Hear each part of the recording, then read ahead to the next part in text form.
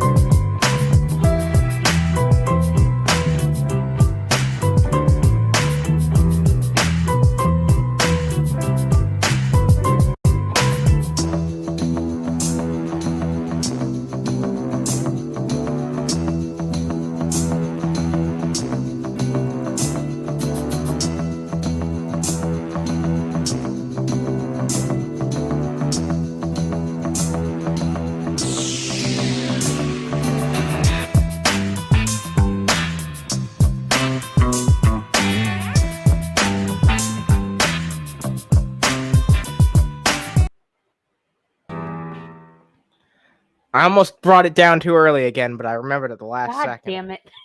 All right. No. HUMPO. Not Humpo. Humpo. Yeah, HUMPO. Look, someone I'm begged surprised that you went with it. I was one of them. Yeah, some people begged for the title to have the word HUMPO in it somewhere. Oh, no. You guys want it to be Over the Humpo with Dave. Yeah. And then you were like, no. So we're like, so can you just go with Humpo? Like, Yeah. make that the title, just the one word. And you were like, no. But I did it anyway. It's part of the title. It just isn't the only title. Well, yeah, okay. I didn't want to just make it HUMPO because, actually, you know what? Maybe that would have gotten more views because people would just be like, "All right, Anna's on her fucking insanity arc," you know. Like, what's going on with the Humpo? What does Humpo mean? Yeah, what's going on with the fucking Unterhaven people? It wasn't just a typo, and we just, made it into a joke in Hyun's voice chat, Yeah. I make a lot of fucking typos because I type really fast, so I fuck up like half my words. And you guys always give me shit for it. It's a beautiful time. We got Hyun in here. What's up? Humpo. What's up? We got Widow's son in here. What's up, Widow's son? Bill Portley, wonderful fucking individual. What's up, Spherical Man? We got fucking we got Seth. What's up, Seth? We got Honey Badger, Jones Vlogging Network. What's up, everybody? Hope you guys are doing well. Fucking Sydney. What's up, Sydney? Jilly's mom. another amazing individual. What's up there, Tony? We got a fuck ton of fucking amazing people here. I hope you guys are all having a fantastic evening. And yeah, if I didn't say hi to you, then you guys know what to do. Be like, hey, you're dumb, you didn't say hi to me, and fuck you for not doing so. We've got a show for you tonight. We're gonna be watching the rest of my conversation with Dave. We're gonna be digesting that together.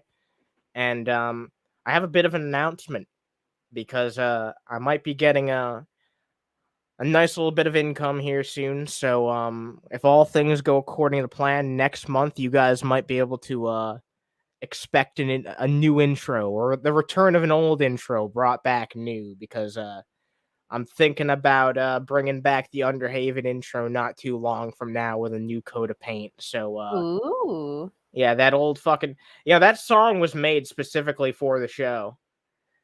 I don't know if a lot of people ever realize that, but like if you pay attention to the lyrics, like there was a song and everything made for the fucking show. It's quite the little tribute to our podcast. And the only reason why I haven't been using it in a long time, why I stopped using it really, is just because like I didn't really have it wasn't up to date, you know? Like the last one that I had still had like Swag on there, and we haven't had Ari on here in a while either, so like it just didn't feel right to be using that shit. When some of the people weren't able to be on as much, or they were like doing other shit for a while. Like we had just brought this shit back, so I'm looking forward to having a special little intro made. That it'll be a bit more evergreen, since I have to have the two of them back on this show sometime soon. Honestly, we managed to have Arya back on here. I know Swag's doing a lot better. I just saw him talking about that on Twitter. So sometime soon, I'm gonna ask him if he wants to come back on here too. But yeah, I think it'd be really nice to have a show with Swag and Arya at the same time. I think that'd be a lot of fun. Yeah, I know Arya wants to do that. I've just been holding off on asking Swag about it because, like, I don't want to bother him with like all the shit that he's been going through. But it seems like he's finally doing better now after all this time. So yeah, I think now would be a good time to just be like, hey, so what are your thoughts on maybe I get you, being on sometime? Like, not try and make it too pressury, because I know he's going through a bunch of shit. Like, I follow him on Twitter too. No, definitely, because I know Arya wants to do that a lot too. Like, I'm pretty sure all three of us are would be on board for it. It's just a matter of like finding the time to do so. So yeah, I'll reach out to him sometime soon. Wait, Jilly's mom, you remember the fucking song? I think she's talking about the current song, because the current song? Yeah, I don't know that Jilly's mom was around for the original. I don't know that most of the people in the chat were. Yeah, most of the people in the chat right now probably were not around for the original intro. Like, times have changed a lot. That's for sure. You also don't do Under the Hood anymore. Well, no, you were never really under the hood, though. You were out of the hood, but that's not here or there. Yeah, that's neither here. Man, we're going off on tangents. just you and I together is enough to go off on a bit of a tangent. I mean, like we have a lot of conversations about random things anyway, so this is just like one of those. Except not live. Hi, people. Yeah, there's people here. All right. I was around, but I was ignoring you. Thanks, Mud. Beautiful. What's up, Mud Brooker? I hope you're having a fan-fucking-tastic evening. Let me get this shit up on here, and we can start watching this shit. Because I'm sure that you and I will still continue to have our own conversations, but occasionally we'll reflect on whatever the fuck Dave's talking about with me. Oh, of course. And while you pull that up, I'll go ahead and like repost my stuff and chill it. Hey guys, there's a comment that I just put. It's got the PayPal poll for the Small Human Expenses Fund and my hashtag StreamYard link. Please don't do that, because PayPal's weird, and they're like, you've done $300 such and such, and they're like, you can no longer accept money. So if you do that, it counts as like not a donation, and is weird and won't let me access that to buy food. Yeah, that's fucked up. Can't even get food with money that's been donated to you. Like, yeah. What the fuck kind of system is that? And anyway. The PayPal poll, as you can see when you click on it, it is set to 2,000. We have reached almost the 1K point, so I am being completely honest. Like we've reached about 900. That's pretty impressive. As soon as I reach that point of the PayPal pool, everything's going to shut down. Everything's going to be done. It's over. Every single dime that I have received has gone towards Small Humans Meds. It's gone towards food. It's gone towards pull-ups. It's gone towards whatever like he needs to survive, essentially. So that's an impressive amount of money. I'm glad people have come through and really shown you the support, and I hope they continue to do so if they're able. Anyway, with that being said, let's dive into some of this shit. Let's take a look what's going on here. Yeah. And I'll be completely fair. This is a problem with the people on the right on abortion and people on the left. On the left, they say the vast majority of the country is in favor of abortion. Oh, we can always cover this again too. The vast majority of the country is. Yeah, this is where I like save things. Is this like redundant with what we already covered? I can't remember. Well, I mean, there were some people that might have missed it, so like I can always touch on the topic again. It's not a big deal. All right. This is probably on the tail end of it, if anything, because this is specifically where I saved it to be for when we pick up. So you might have just had like a few final points before we really wrapped up, but let's take a look. Is against abortion. And believe it or not, both are right and both are wrong. First trimester abortion, that's the first 3 months. Yeah, about 75% of people agree that. Yeah, I feel like this actually is. I must have fucked up because we touched upon this for sure. We touched upon it, but this point was not made when we cut off because I talked about the percentage of people that actually do get first trimester abortions. All right, we'll continue on with this then. That should be allowed. Second trimester, at the end of it, it's down to about 35%, and third trimester is about 18% supported. I would definitely look there. It does seem like there are maybe some people who do take it to extreme. I would definitely not say I'm pro-abortion. I am. It's about woman's autonomy for me. I support a woman's right to. It seems like we don't disagree on this. You would also agree that at some point she's given up the choice. Like at 5 months, okay, lady, you've made your choice. Yeah, I don't know enough about the subject to really say. I'm also not a fucking woman, but I would definitely say probably. I mean, it makes sense to get it to get it earlier on if you're going to get it. Yeah, so, that's all. I'm just saying I'm sure there's some weird exceptions where like someone wouldn't know, but other than that, yeah, you should have that shit figured out before otherwise. So yeah, I guess we don't really disagree on this subject matter. Well, that's interesting. Yeah, that is actually astounding. So Rua says, what? No. Okay, so first trimester abortions account for over 90% of all abortions performed. Actually, it's like within the first 13 weeks. So a little bit after, second trimester abortions, they account for a minimal amount that goes up to 23 weeks, 6 days, because that's the federal cutoff. Before Roe v. Wade was overturned, and in states where they have not voted yet on whether or not a fetal heartbeat bill is in place, like it reverts back to 1976 standard, which is 23 weeks, 6 days.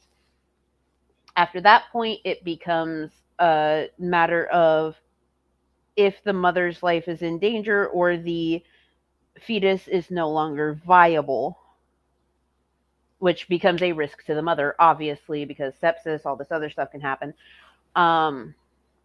Dave believes that 20 weeks should be a good cutoff. And I mean, he's not wrong because the vast majority of states before the Roe v. Wade overturn had a 20-week cutoff. Yeah, I had a conversation with Mango about this before we even went live, and I mean, this seems to be one of Dave's very few agreeable enough fucking stances, so I don't really see a reason to give him shit on this. I didn't even really... I didn't even say anything definitive on this because, like I said, it's not something that I'm all too well informed on, if I'm being Yeah. entirely honest. But, you know, I also don't feel like it's something that I'd like to be more informed on, but like it's not something that I feel all too entitled to have too big of a stake in, considering the fact that, you know, I can't give birth. So Well, like, uh, well, okay, so Mudbrooker. Actually, that is not true. So there are a lot of people with uteruses, put it that way. There are people with uteruses that do not know they're pregnant. They have cryptic pregnancies. They do not have any bloating. They don't have morning sickness. They don't have, like, they still have an irregular cycle. If they already had an irregular cycle, they still bleed. Like, all signs point to not being pregnant until they find out they're pregnant. So that's why there is a cutoff of 23 weeks, 6 days, because that is before there is brain viability. yeah, that's why I mentioned like there would always be exceptions where someone might not know ahead of hand and ahead of time, and that's why I made that clear here. It's like, you know, like sure we can say that this makes the most sense, but there's always going to be like unfortunate circumstance where either there's some sort of medical issue or like, you know, for whatever reason the person who was pregnant didn't know ahead of time as much as they should have. It's like, I mean, so to be fair, when I was pregnant with Small Human, I did not know anything about my pregnancy really until I was 20 weeks and I went to my first ultrasound and they said, "Hey, do you want to know the sex of your child?" And I was like, "Wait, what? Huh? How far along am I?" And they're like, "Oh yeah, like he has his legs wide open." oh wow. So you have experience with like being in that position where it's like, oh, I didn't know things had progressed that fast. That's wild. Yeah. Like I didn't know. Tony Izzo said it. What does a woman typically start to know she might be pregnant? It all depends on the woman. Every single woman is different. Every single person with a uterus, because we do have seahorse dads, everyone is completely different. Some people know right away, they can feel it, they sense it. Some people start to have morning sickness, and there you go. Some people start to have weird food cravings and like, oh shit. Like, it's all very dependent. There was one chick I knew, she was like, you know what, my boobs really hurt this morning, I think I might be pregnant. And we were like, huh?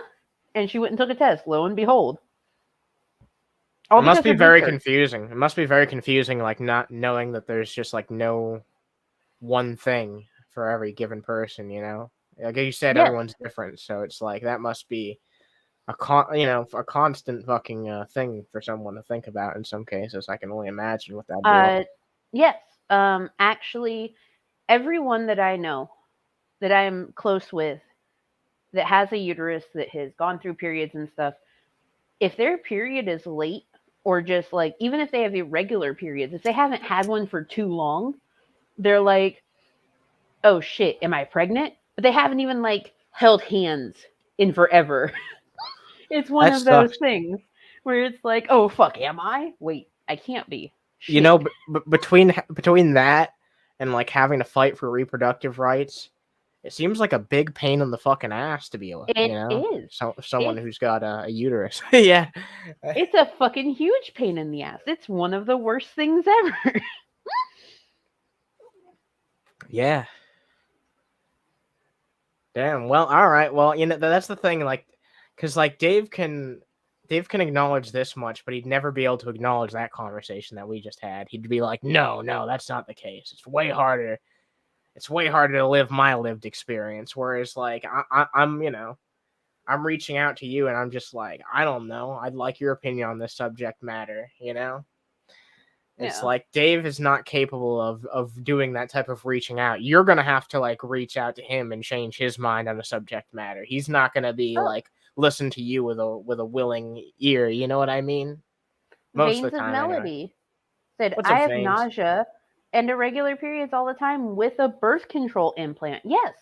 So when you are dealing with that, and then like, even if you have like fully protected sex, even after it's said and done, and you're still feeling kind of nauseous and your period's irregular, like, oh fuck, am I pregnant? Like, it's so fucking annoying. Yeah, no, I can only imagine. That's wild. Now, let's see how the rest of this conversation goes. Heck yeah. All right. So I've got a question for you. Why you talk about Jake so goddamn much? All right, we're off the abortions topic. It seems. Oh my god. Because he keeps bringing me up every chance he gets. But you see, it's like a cycle, right? If you talk about him constantly, he's going to talk about you constantly. Oh, this is the part where, okay, in one of Dave's streams they did fairly recently, he admitted that this is the part that I was right about. Oh my So god. this is the part okay, so that we're getting an interesting look here. Dave thinks I was right at this particular part of the debate. Let's take a look. Man, look, I'm not calling you out. You can have your rivalry with Jake. It's just like, man, I've been trying to talk to you for like months. When's the last time you and I had a riveting conversation with each other? I have no idea. It's But been no, about a year. it's just I don't know. He constantly, I mean, I don't know. It is what, because he constantly won't shut the hell up about it, about me, and he's completely wrong all the time. Look, Except he's not. He can be a dick, but there's yeah, no, he's right the majority of the time. I'm sorry to break it to you, Davey boy. Like, I'll give you this. You're willing to actually talk to me. I doubt Jake would be willing to talk to me. But when it comes to actual, like, policy for opinions, Jake's gonna be right about 90% of the fucking time, if not more. Like, probably a lot more than that. That's probably me being a bit generous today. If I think that you're right a little bit less than 10% of the time, but just my personal opinion. I mean, I don't hate Dave, but when it comes to the whole rivalry, it's not much of a rivalry at all. It seems like there's only one person who's actually making like a significant fucking following and income off what they're doing, and it's not Dave. Yeah. No offense, man, but like, look, maybe like, if Dave did try, he could do that, but he doesn't. There's one thing that I definitely disagree with Jake on, and like, besides, how he was towards me and like what he said to Quartering, there's one thing that I disagree with him on. He was against the fact that a state decided to not allow work permits anymore for people 14 and up. And the reason that I disagree with that is because what he doesn't take into consideration are these teenagers in positions where they're forced to help their parents. Like, they have no choice. Like, someone has to help their younger siblings. And there are federal laws in place to protect those that are of a certain age when they go to work. I feel like some people, in their desire to see a society where something like that is not required, they advocate against it, but they don't realize, like, with how things are right now, things like that are unfortunately needed. Like, yeah, there are going to be fucking kids who need to help fucking pick up the slack, and unfortunately it could be between that and not having something to eat that week or not having a place to live. Yeah. Like, it fucking sucks, but it's the reality that we're living in, and narrowing down those options for poor people is never a good fucking choice. I know he probably doesn't look at it like that, but it's really, like, not a good thing for poor people. Like, I understand he probably sees it as, oh, they're trying to bring back child labor, but at the same time, there are so many laws in place to where, like, Chinese restaurants, family-owned restaurants. When you go in, they're like 6, 7-year-olds, running the register because the laws say that because it's a family-owned place and that's their children, they can. Like, there are already child labor things that are going on.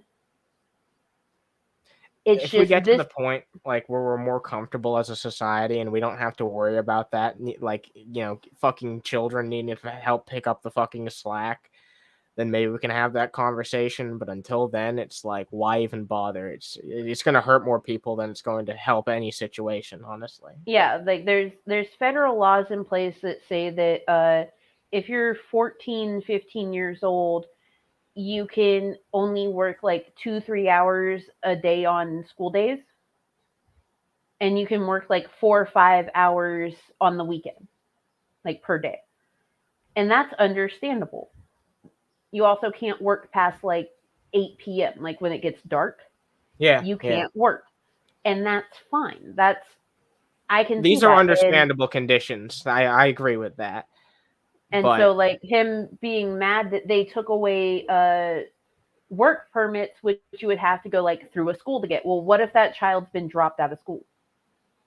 Yeah, Melody brings up a good point too. Sometimes jobs get kids out of abusive situations. Like, yeah, Yep. it can be useful for them. Hopefully they can, in some cases, they can save up their income and get out of those abusive situations when they're old enough to do so. Or they can help their younger siblings to make them not deal with the situation that they're currently in. Like, they can help afford things to make those other kids in the house feel that escape. Yeah, at the end of the day, there's nothing wrong with it being an option. If it's being forced upon someone, then obviously that's always a bad thing. But there's different ways to there's different conversations that you can have regarding that and how to deal with that type of shit. That doesn't have to involve cutting out that option for people who need it. Yeah, and taking a hard stance that this is just bringing back like illegal child labor. Like, that's not the conversation to be had. There's a bigger conversation about where the direction of everything is going and what the current direction is. Well, you and I know this because I feel like you're one of the people who points this out points out this kind of stuff as much as I see. It's like you seem to notice a lot of like how people just jump to the gun on something. They aren't willing to research something first. They're just like, here's what it is, and here's why I feel this way. Where it's like, did you even like look into this before you saying what you're saying? You know what I mean? Did you find the nuance within the conversation? And exactly. Did you find those outliers? You know who's a lot like that?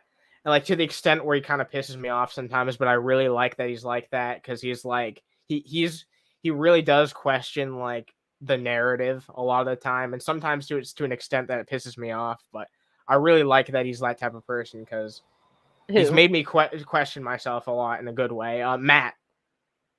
Matt is really like inquisitive. I'll phrase it like that. Like he has a real good knack for sniffing out bullshit, and I feel like he's caught me out like kind of following a narrative sometimes and just following a crowd where it's just like, no, you shouldn't look at it like that. Like, and here's how it actually fucking is.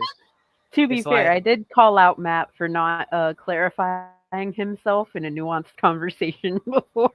No, I get that. It's just like I feel like I've had a lot of good interactions with Matt where like he's like helped show me something that I was wrong about, and I was just like, oh, okay, sometimes it's good to second guess yourself and look at something with a second glance, and there's absolutely no shame in admitting when you're wrong. I feel like that's something that people have gotten allergic to in a lot of cases these days. I'm not saying that anyone in the audience is like that, because I don't think that anyone who's watching this probably is like that, but some people have gotten so against the idea of like, what am I going to do about like, what if I'm actually wrong? But there's nothing wrong with being wrong. There's nothing wrong with admitting you're wrong. The fact that you can do that is a positive character trait, and it means that you can grow as a person and actually become better over time. I mean, some people get stagnant like Dave, When I called Matt out and was like, hey, like, you didn't preface your original statement with this particular thing, he was like, you're right, I didn't. That was fucked. Like, yeah, like you can see how it was misinterpreted. Like, exactly. He's good people. He understands. He's a good guy. I like him. Like, I enjoy his company. Like, I do not mind talking to him because he's one of those people where you can have these conversations, and he knows where you're coming from, but can follow it up with his own facts and figures and sources and be like, okay, but what about this? Oh yeah. I forgot I asked him this, but I had a conversation with him a while back. I was like, one of my co-hosts I feel like would do really good on your like movie talk show if you ever wanted to have her on. And I was like, I forgot to like touch back with you and ask you if you would be interested in that. But like, Oh yeah. yeah, he said he was interested in having you on $3 Theater one of these days if you'd ever want to go on there. Oh hell yeah. Just like let me know when. All right, yeah, because like honestly, half the time we don't even talk about movies on there. We just talk about like dicks and shit. But yeah, he hasn't been doing that because of the whole like there's been no activity going on, understandably. But now the writers are back in their writers' rooms, and we should be seeing some things because for those that may have missed it, on my channel, I did an entire thing about the WGA contract, which plays heavily into what will happen with the SAG-AFTRA contracts, especially in regards to residuals and AI. It seems like I've been hearing a lot that a good deal was struck. So oh yes, it was a fantastic deal. So writers, a big time for workers' rights. It seems like that's good. Yes, like one of the biggest things is the AI stuff. So under the new WGA MBA contract, writers are not required at all whatsoever to use AI, like ChatGPT. And if a company wants them to use it, it has to be spelled out in clear terms, and anything a writer makes originally cannot be used to educate AI. That's good. That's really good. All right.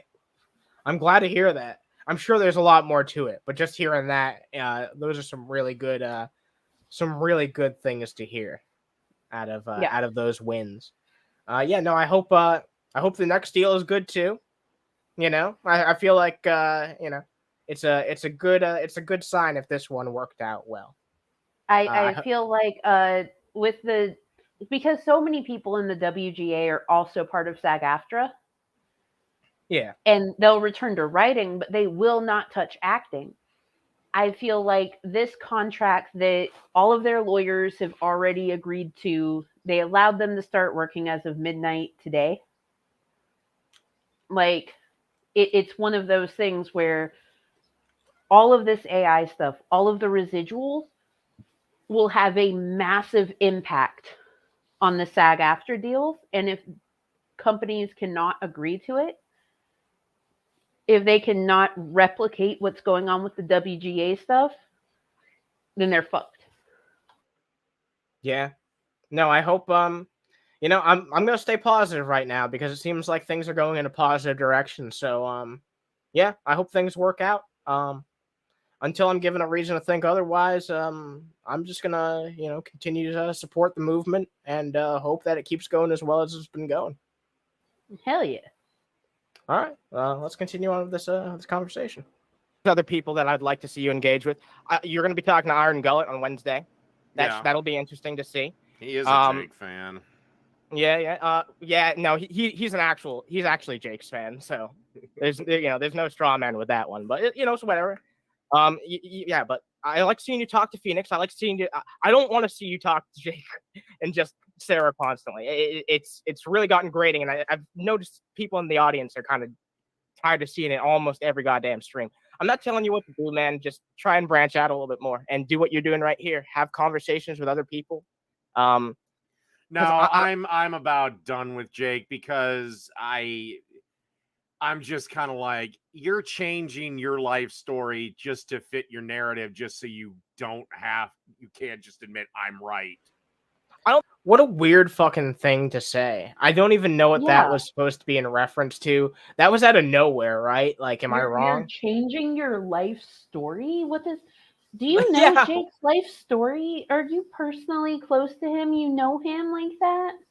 If anything, the only thing that fucking he could know about Jake is the fucking shit that's been on the internet. Like, is he talking about the fucking Bible Reloaded or some shit? Because the stuff that Jake's put out there, he's been consistent with. Yeah, pretty fucking consistent, I would say, over time. Now, look, I'm sure that like there's a fucking few things they did on Bible Reloaded I know that they don't agree with anymore. Like they had didn't they have like some interesting characters on to do chick tracks with a few times, and those are people they wouldn't work with anymore. But whatever, it's like that's nothing to fucking. Everyone was talking to those fucking people back in the day. People were a lot of people who have become radicalized over time were not as radical back in the day as they used to be. I can't remember off the top of my head who they had on, so I'm not going to pretend to remember. But I know they had some colorful characters on there who ended up being whack jobs. But it's whatever, you know. It's like Yeah, they've always been consistent in their politics. In those situations, I wouldn't be surprised if like Jake flubbed some of his life, like not giving full stories, stuff like that. But that's because you don't want those whack jobs to know what's really going on in your life. Exactly. Yeah, I'm very careful about how much details I give out. I think most of us are. You know, anyone in the chat right now, I'm sure you guys are like, you guys aren't idiots, so you guys keep your cards close to yourself when it comes to that. We only give out so much. But yeah, no, Dave, just like his fucking hairline, he just lets it all out. I don't think you should be done with Jake. Like, obviously, every once in a while, he's going to say something that you think is especially egregious, and you're going to want to talk about it. You shouldn't deny yourself that. It's just, I'm just saying, like, dude, I remember back when because I've been watching your content for quite a while. I remember back when you had a lot more variety with what you did. You used to do more of these, like, pre-made, like, not just streams, just, you used to do more videos. And I've noticed that you're doing those a little bit more often. It's just, I don't know. I feel like the whole dialogue between you and Jake has caused this like sort of brain rot between you two, where you're just constantly talking about each other, constantly thinking about each other. You know that I'm nothing. I don't know why I had to correct this live on air. You know I'm nothing like Jake. You've talked to me. You even pointed out, and you came to my defense like in a stream recently where someone said that I was like a Christy Winters or some shit. You were like, yeah, it's not actual Jake. He's not Christy Winters. But half the time when I come in here, sometimes when you've had a couple of drinks too many, you'll be like, oh yeah, there's that actual Jake simp again. All I'm saying is he seems to be on your mind. He looks uncomfortable because he knows you're right. Yeah, no, and like when you were saying that, he was like scrunching up his face like, damn it, I'm being called out. Yeah, he's being called out by someone who's been so nice to him during this entire conversation too. So like that must have stung him extra hard. Now I understand why he brought this up. Like, this is what really burned his ass the fucking most of all. Because, yeah, this bothered him. Which is understandable. Because, yeah, I really did call him out here after being kind of passive the whole time. I wasn't a dick here either. I was just very blunt and upfront. You were forward in your thoughts and opinions on this. And yep. You had every right to be, because he's been on your show before 4 years ago. Yep. 2019. Exactly. He was there with you, and he was with Swegda, and y'all got along oddly well. Yeah, I know. And look, I had just come off like watching that entire exchange with him. Like, I believe I only did it like a couple days before I had this conversation with him. So I went into this conversation with very good faith. I don't think anyone can deny that. That pissed off some people. I know that pissed off a few fucking people. That's for sure. But look, at the end of the day, I convinced him he was wrong about something. I called him out on something, and he knows that I'm right. That's why his face got so fucking intense. Exactly. He was like drinking his ice water. He was like, "Oh shit." I watched this conversation with both Phoenix and Iron Gullet, and they were enjoyable. They challenged him on some things that were necessary to challenge him on, and I appreciate that. But I don't think Dave came out of either of those conversations with a changed mind, and it seems like he did with mine. So, I mean, I'm gonna take that as a W. To be fair, mostly in like positive relation to how you approach Dave. Iron Gullet and Phoenix both have this habit of coming into the chat guns blazing. There was this one day that Dave was just talking about wrestling. Like, he was really into this wrestling talk. And Phoenix kept shitting on him, and even Lizard was like, can you just give him this one? Like, he's actually coming from a place of knowledge. Can you just, like, stop? And they were like, that's not oh, well, cool. yeah, I guess. But it's like, it's a knowledgeable topic where he's not being sexist, misogynistic, he's not being anti-black, he's not being anti-POC. Let him have this one. Like, honestly, he's not like a Von Helton where you have to shit on him 100% of the time. You can just shit on him like 75% of the time. Like, and that's why I took issue with Phoenix trying to tell you to grow a backbone when you were having this conversation. Yeah, I remember her saying because that. The thing Or is, them. you were trying to have a conversation. Yeah, You we were weren't trying to have trying an to honest start talk. a fight. You weren't trying to do anything because you know how to approach Dave. No, I've been at this rodeo longer than any of them, that's for sure. Longer than Jake's been at it.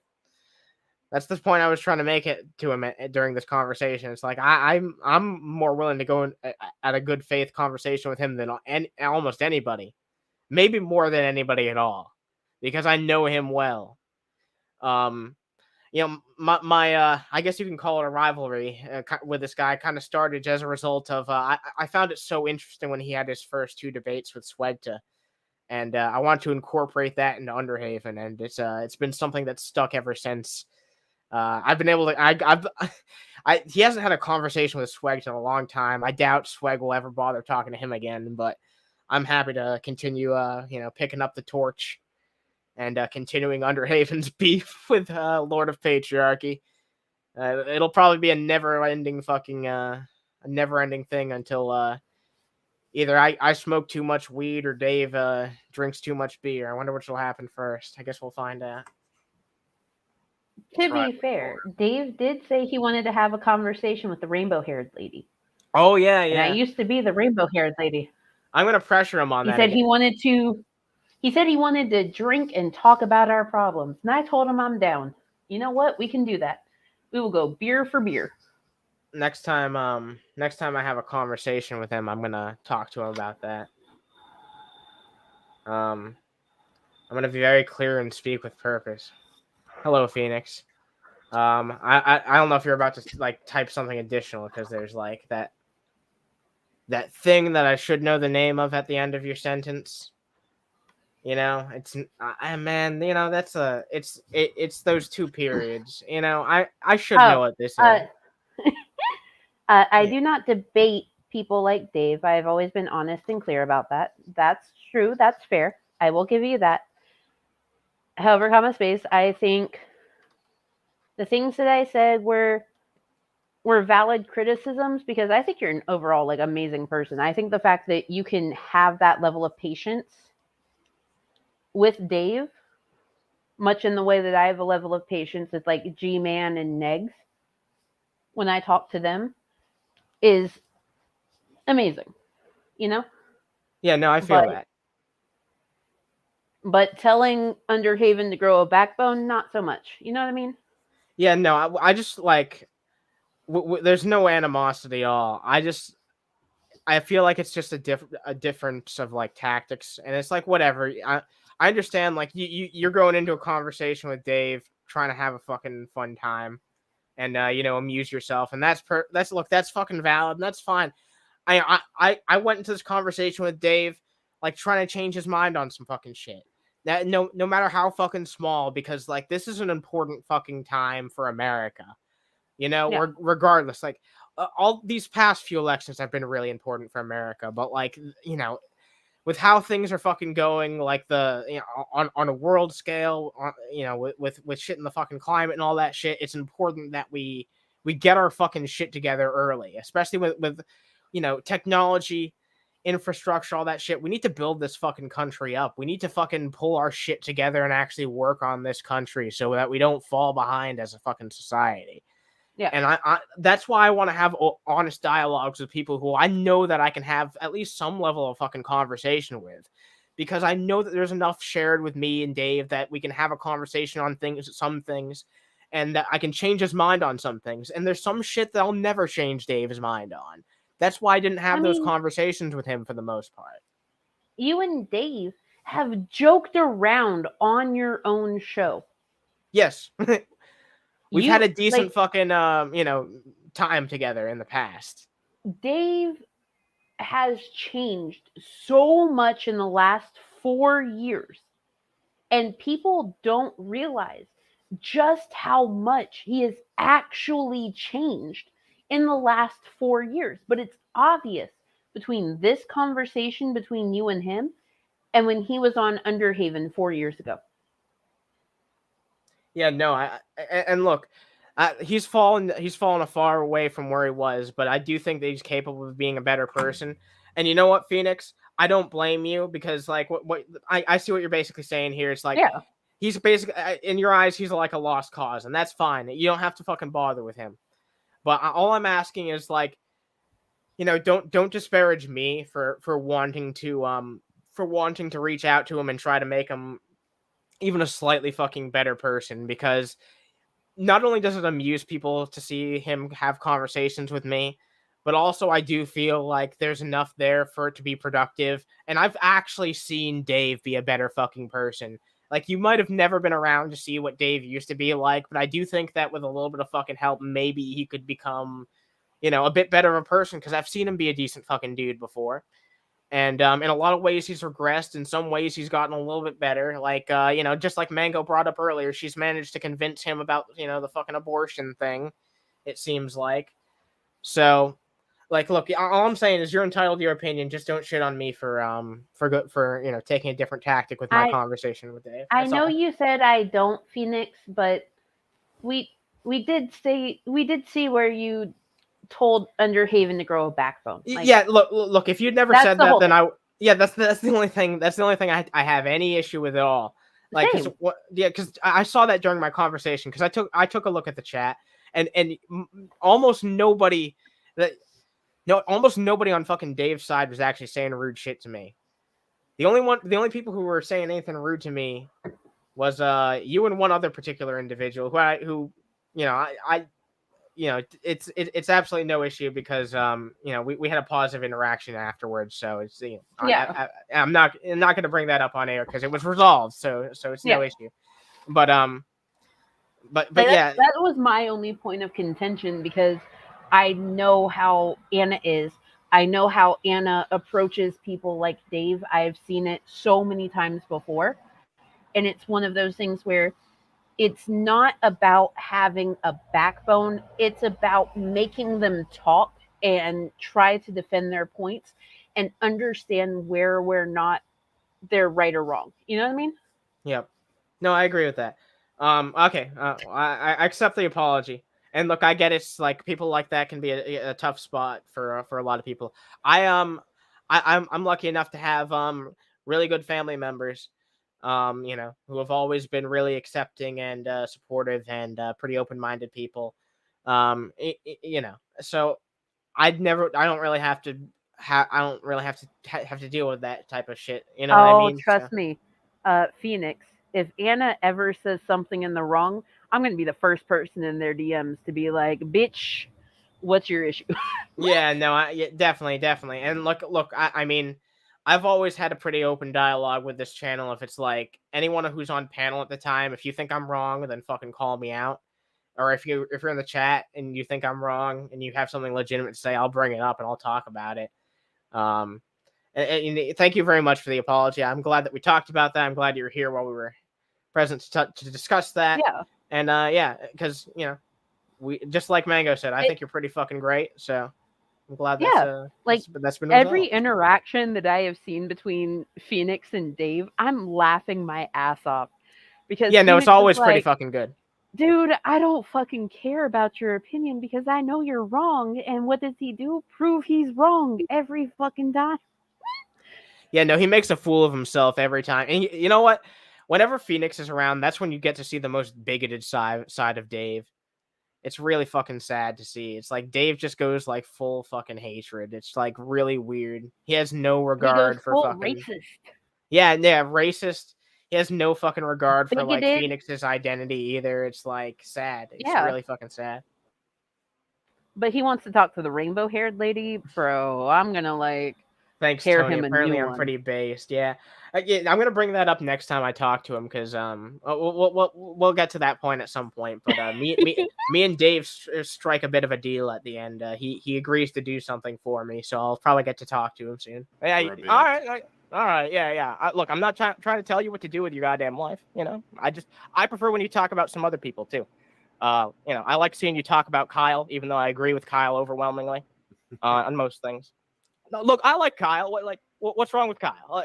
What are your main grievances with Kyle? My main grievances with Kyle is his politics and policies, and a lot of the shit he says doesn't work. I feel like Kyle's like a really fucking weird person for him to have objections with because like he's not perfect, but like I don't get from Dave's perspective why he's this terrible person. He's not like this hard far leftist.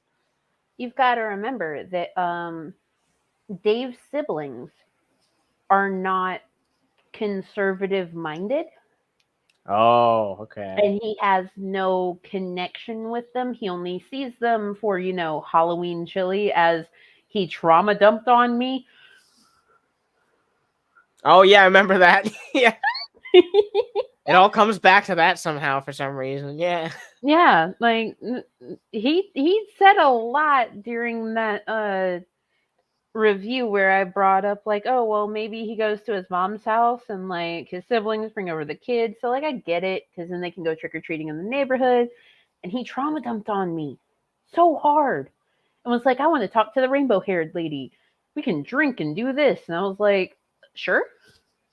And then he ghosted me. We're gonna set that up at some point. In LP versus Phoenix, I was stoned out of my gourd during this conversation too. Why do you think I was so fucking calm with him? You think I'd be like this sober? I mean, hell, that's not gonna happen. I don't blame you for getting stoned out of your gourd at all. Definitely. Look, how you can't talk to fucking Dave sober. No one can. Like work, and Dave can't talk to himself sober. It's like he does not get the whole consequences thing. Like, one of Kyle's famous arguments is, why don't we just raise the minimum wage? It's like, well, then the price of everything is going to go up. It's not true. The price of everything has already gone up, you fucking exactly. ass. I propose an alternative to him that not even he seems willing to hear out, even though it should be easy to understand for his brain. Well, we could talk about that actually, because I have a kind of unique stance on the minimum wage. I think the minimum wage should definitely be, different per state because different states have different quality of life and shit like that. But I think that it should scale to the US dollar. The minimum wage shouldn't be a static thing. It should take into account inflation. So that way corporations can't actually get the opportunity to capitalize on the minimum wage being raised. But that's where the thing falls flat.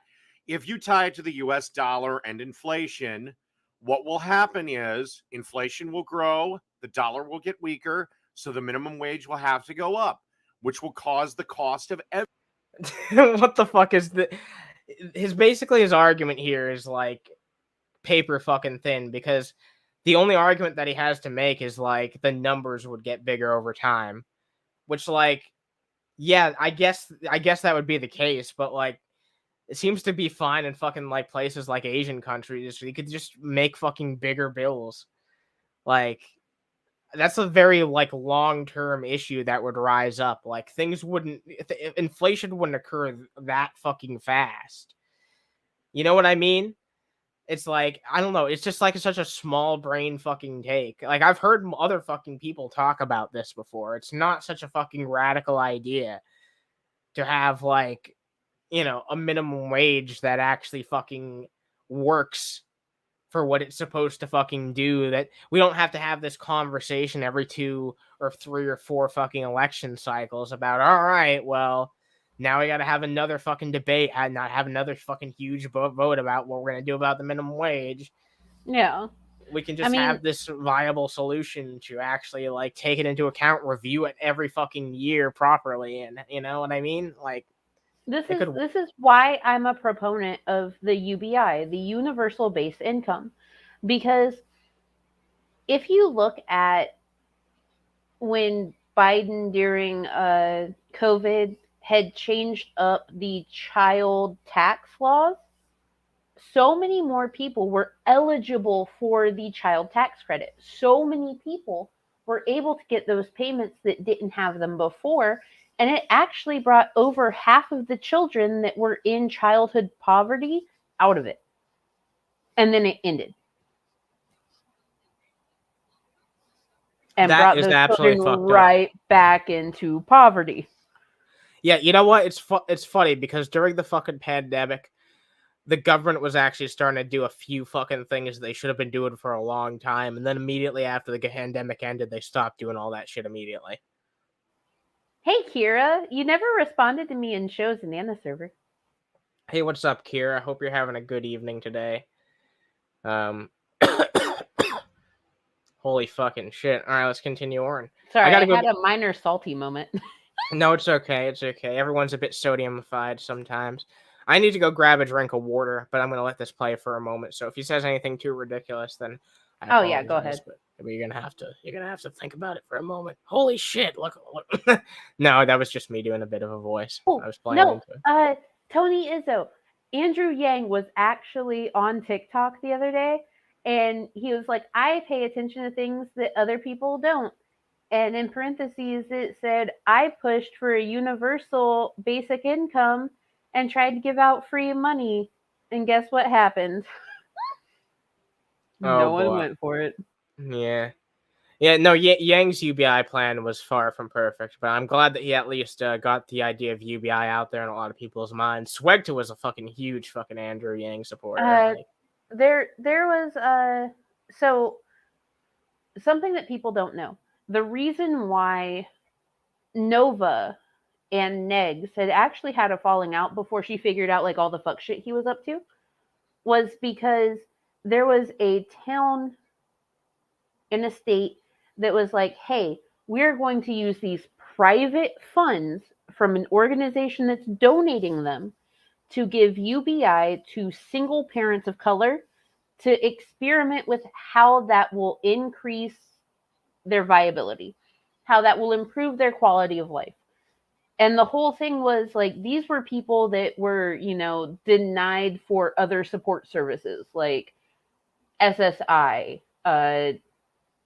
housing allowance, food stamps, like just to see what would happen and how their quality of life would improve. And he was like, you shouldn't do that. What about the white people? Well, that's what the system was built for, was white people. Like, do you understand nothing? Apparently not. All right, I got my water back, so I'm not going to sound like, like I've smoked 50 packs a day for my past fucking... for the rest of my... I don't know. You're not going to sound like Peanut? Oh, man, I should have done the Peanut voice before I drank the water. That would have sounded... I would have actually had an accurate Peanut voice for the first time in my entire life. It would have been crazy. No, I'm not going to tag you. All you have to do is go into shows and scroll up. That's all. Like, 99% of my impressions are terrible. So every once in a while, I can do a good Hank Hill, but it's only like 1 out of 8 times for some reason. Yeah. All my other impressions fucking suck dick. All right, let's continue on. Everything to go up, and Venezuela tried something like that, very simple. And at one point, yeah, everybody's making $1 million an hour, but then again, a loaf of bread is $250,000.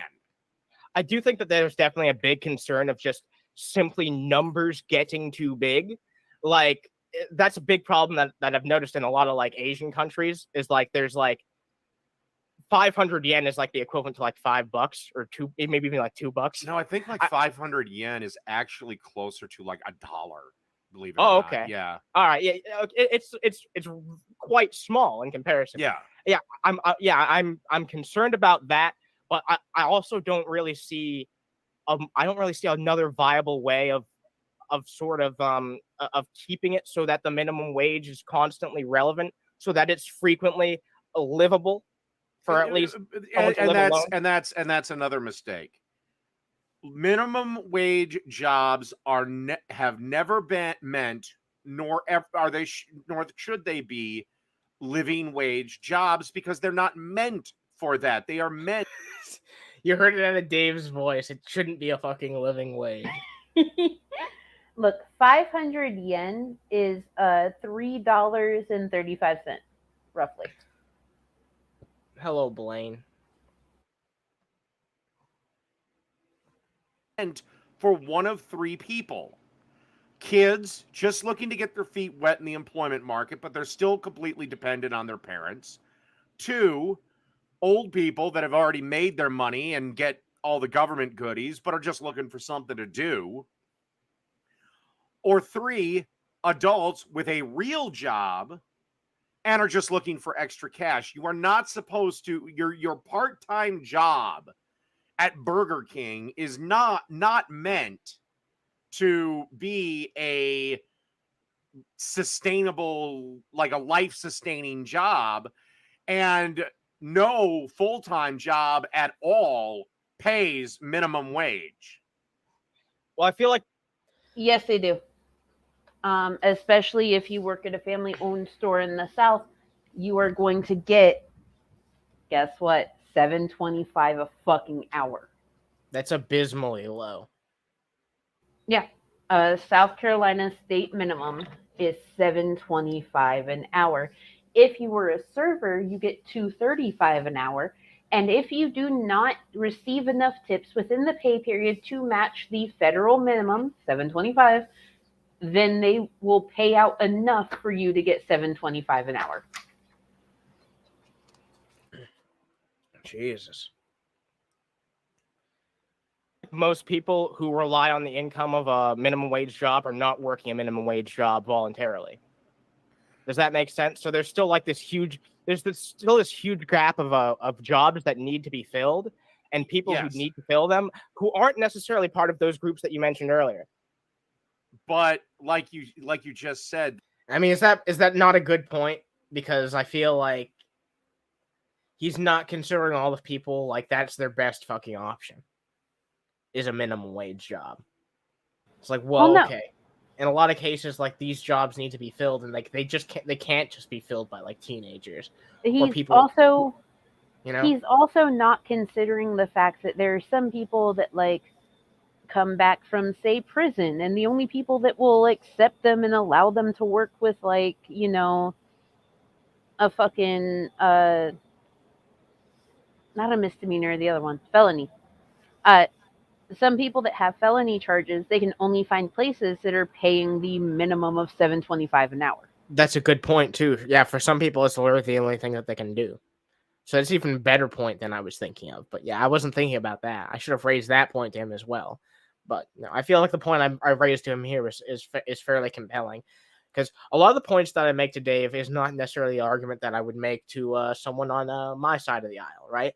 I'm making the arguments to appeal to someone who thinks his way, because it's basically the same end result of trying to change his mind to feel a certain way. But sometimes it takes a different tool to solve a different issue, if that makes sense. You know, you don't want to come at something that requires a wrench and use a fucking jackhammer, if that makes sense. And Tony brings up a great point. The last time we had an increase in the minimum wage federally was under Bush 43. Wow, that's absolutely fucking insane. People are just like, oh, thanks Biden for the gas increase. That's not on Biden. That's literally on the economy. That's on everything else that he cannot control. Exactly. There are things that the fucking government can control and the things that the government can't control, and people seem to have a lot of misconceptions about what it can and cannot.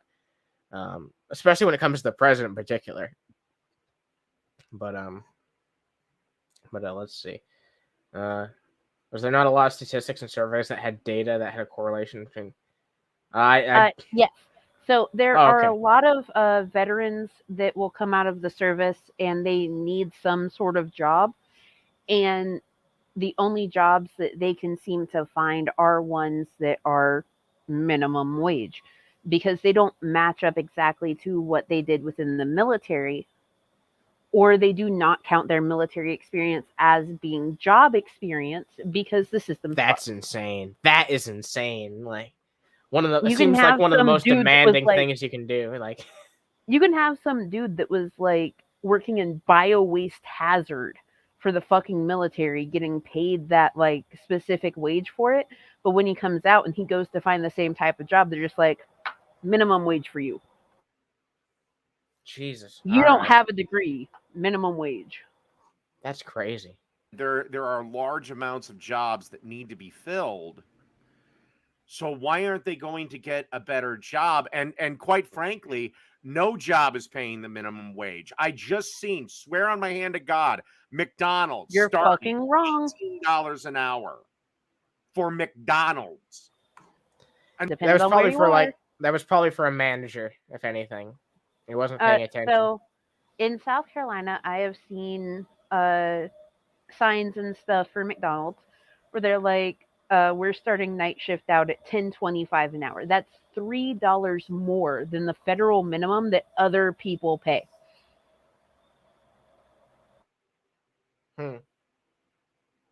That's fucked up. Yeah, that is fucked up. Jesus fucking Christ. And by the way, thanks to McDonald's being forced to offer higher wages, a Big Mac meal has gone from literally $1.99 to what is it now? $12.50? Or I don't really eat McDonald's anymore, so I mean, The there's sandwich an absolute alone wacky used to be $1.99. The sandwich alone, not the meal. Don't get shit twisted, Dave. I know you're drunk. Yeah, people try to conflate that shit because he's comparing a meal to a fucking sandwich, which is always there's always gonna be some disparity. I believe the meal's like twice as much usually. So, A Big Mac meal, a standard one, is like $6, unless you order it on DoorDash, and then it's like $1 to $2.50 more.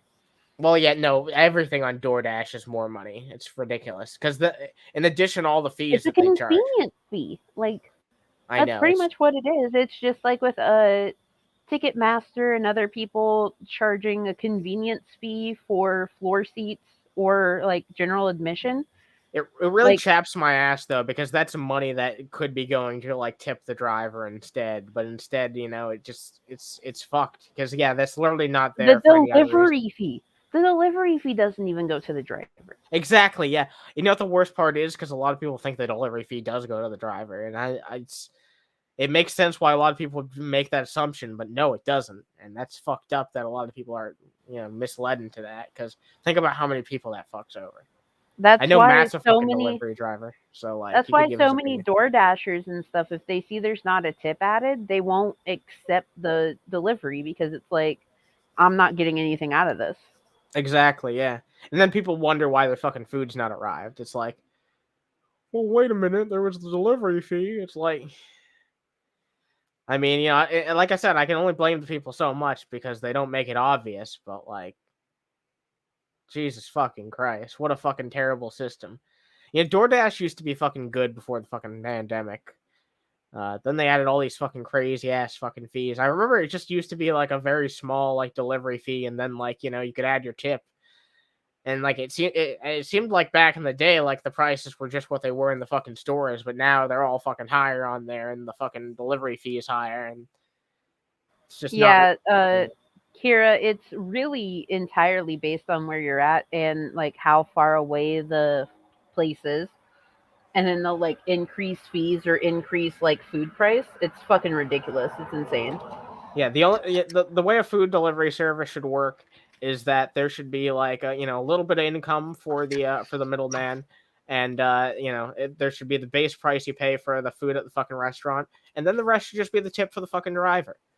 Like it should be that fucking simple. Like it should like just to host the fucking services for the fucking transaction. Like sure they could take like $1 or $2 fucking bucks, but no, like the amount that it adds up to is fucking absurd. Like they don't need that fucking much money to remain fucking relevant as a fucking digital fucking service acting as a middleman, but they fucking reap and take all this fucking ridiculous fucking bullshit. Like fuck food delivery services in general. They all suck. Speaking of, like, if anyone wants to order me something from a ridiculous food service. Oh yeah, I'm sorry. I've been living off of microwave food in this fucking hotel room for so long. So if anyone wants to hit that treat stream link, I have it active for 30 minutes. Look, I can appreciate it. Hey, look, we all hate using them, but we all use them. So, yeah, if you want to help out, Mango, my lovely co-host right here, then it would mean a lot to me. Yeah, let's continue. Inflation at McDonald's recently, so I mean, yeah, I mean, I don't know if it's entirely tied to that. I think definitely some of that was them jacking up prices during the pandemic, then refusing to lower them again. I mean, look, some of it could be tied to that. I'm not going to deny The that. cost of toilet paper got same time, insane. Look, man. The reality is like, yeah, some people would be able to move on to better jobs and do that shit, but there are definitely some people who can't immediately move on to that, and they're going to need some additional form of assistance one way or another. That's why I support the idea of not a massive one, but I support the idea of a UBI, just to help with shit like that, to help supplement people's income. And all that will do is create more inflation. You will just devalue the currency with that. That was, it's better than sending it off to foreign countries to be lived on better by foreigners. I tend to agree. I think we should drastically look at our foreign aid and stop sending money to other countries when we have problems here. Yeah, no, I agree. I think we shouldn't be spending any money giving out to foreign countries until, almost as many Americans as possible are taken care of, which will probably never happen. Let's be honest. But the biggest thing is, if you want to improve your life, it's not the government's job to do that. And this is the other big thing. A lot of these people, especially Bernie bros, think it's the government's job to make sure they have a job, a wife, a house, a picket fence, a dog, 2.5 kids, whatever, and that the government should take care of. I don't think anyone's asking to be assigned a fucking wife, except for Dave. Oh no, that's terrible, Jilly's mom. All the restaurants are closed. Jesus Christ. Oh my God. Oh yeah, it is late, isn't it? Yeah, it is kind of late now. Yeah. Like, one of the things that I have on there is Sheets, and Sheets is open 24/7 here. Oh no. Sheets. Yeah. If you scroll all the way down my thing, there's Sheets fries and Mac bites and snacks. So I thought sounds like a laundry place. No, it's actually this giant fucking truck stop essentially. But that's okay, Jilly's mom. Yeah, no, I hate these fucking middleman apps, Kira. They really fucking grind my gears. Like they chap my ass more than a lot of fucking other things do. That's for sure. And honestly, the middleman app thing is part of the issue with TreatStream, because hold on. Let's go to DoorDash. Let's go to Sheets. Guess what? They're open for delivery. That's shitty. Wow. Yeah. Fuck that. That's ridiculously fucking stupid. Yeah, it is. Man, fucking TreatStream's taking the Sheets. Alright. I can order shit from here on my fucking DoorDash, but it won't do it through TreatStream. That's redonkulous, yeah. It's not the government's job, nor is it your employer's job. Your job is to make sure you are bringing in enough money so that you can live. And you're going to have to do whatever you have to do to make that happen. For me, it's about finding that sweet spot, about granting people their freedom and their independence, and getting the government to do things that only a government could reasonably do. Look, we live in a capitalist system. I'm closest to what you could call a social democrat, I suppose. Probably the closest thing that you could affix to a label on me. But I believe in working within this capitalist system, and I at the end of the day, I still support capitalism. But I do think there are some things that need to be done. The government needs to take control of clear monopolies that are fucking forming, hold corporations accountable. What monopolies are forming? The one you and I are on right now. YouTube? Very good example. Yeah. Well, Rumble is coming up because YouTube is getting untenable. He's using Rumble as an example, as a viable competitor to YouTube. It's that's so fucking weird. Yeah, I mean, look, I feel like it's undeniable that when it comes to the content creation platform, YouTube is a monopoly. That's why there's been this conversation People haven't been having it as of late, but it was really popular about a year ago or so of making, these social media platforms, at least some of them, a public utility. It was a controversial fucking conversation, but I do believe it's one that still should be had because it's true that these are monopolies.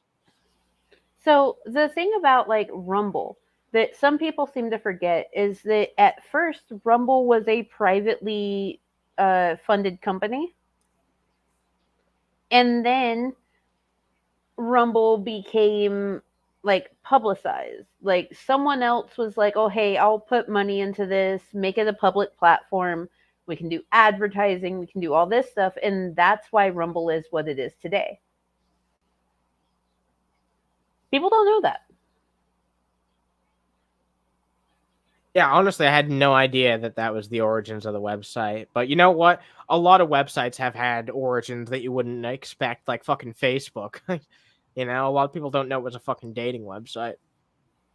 Oh, that's true. I forgot about that. Do you forgot about that? Yeah, that's the entire original. Yeah, fucking Zuckerberg wanted to get his rocks off.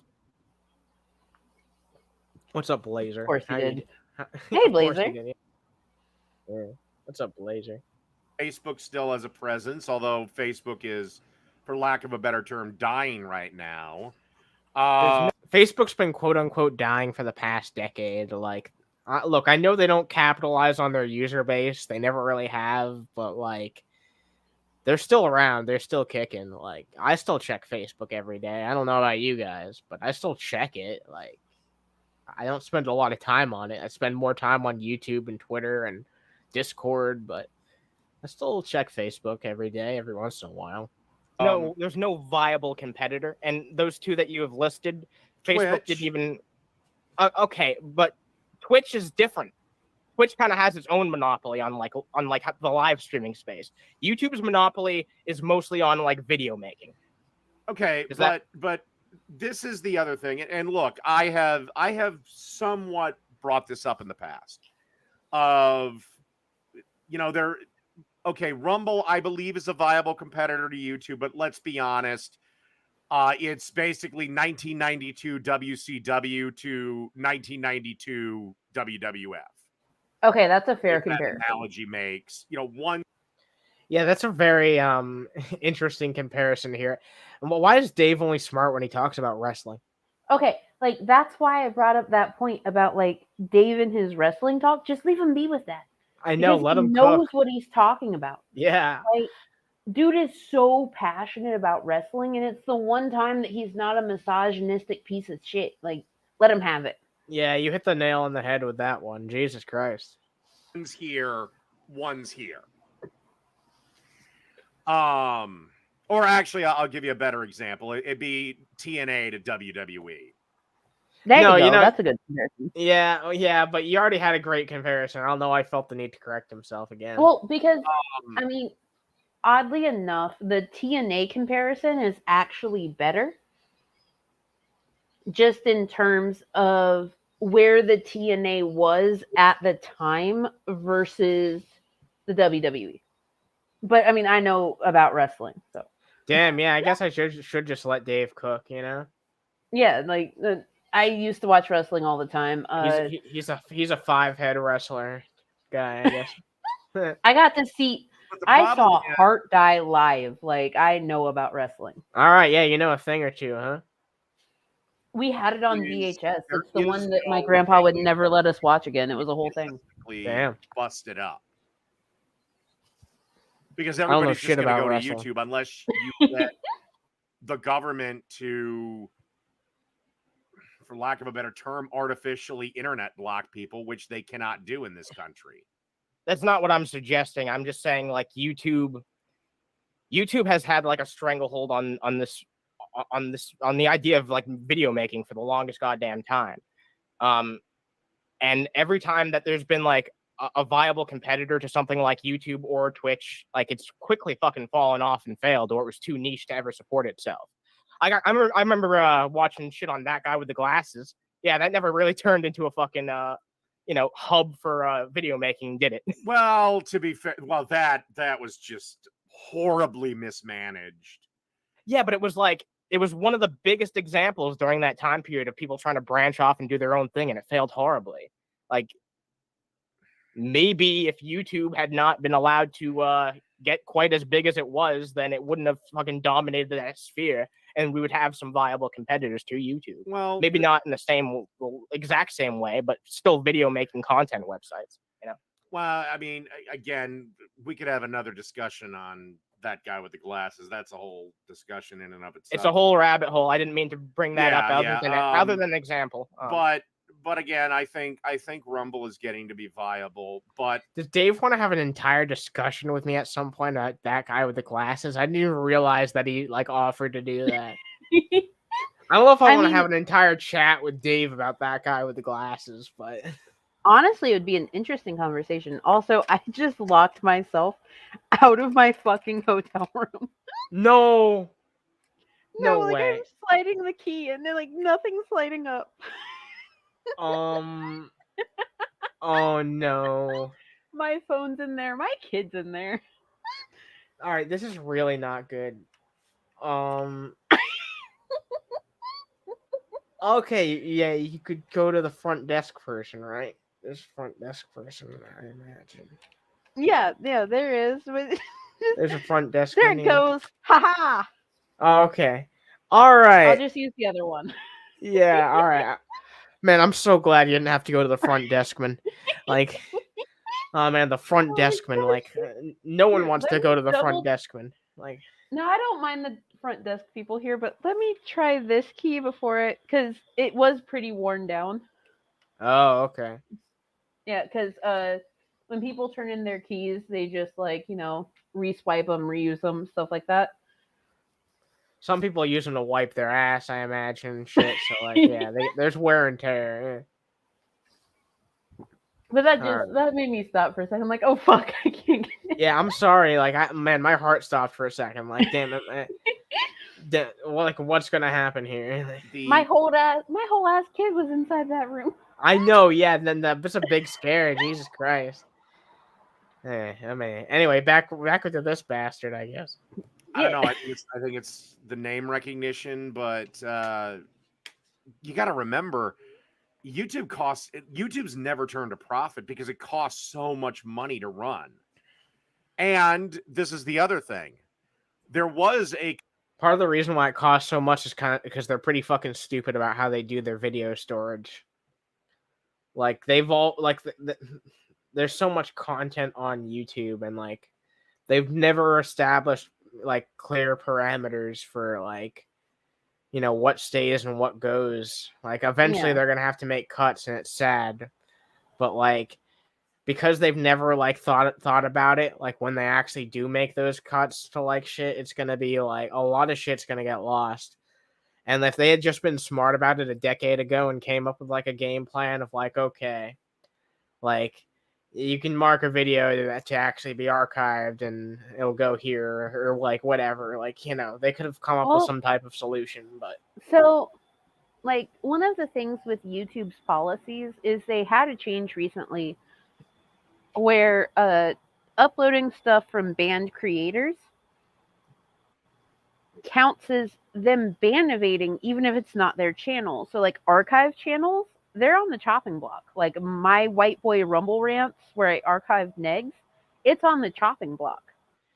Yeah, I've seen that shit. There's it seems like archive channels really are on the way out, which is kind of sad because a lot of that means that a lot of the shit that people say is going to start going under the radar now.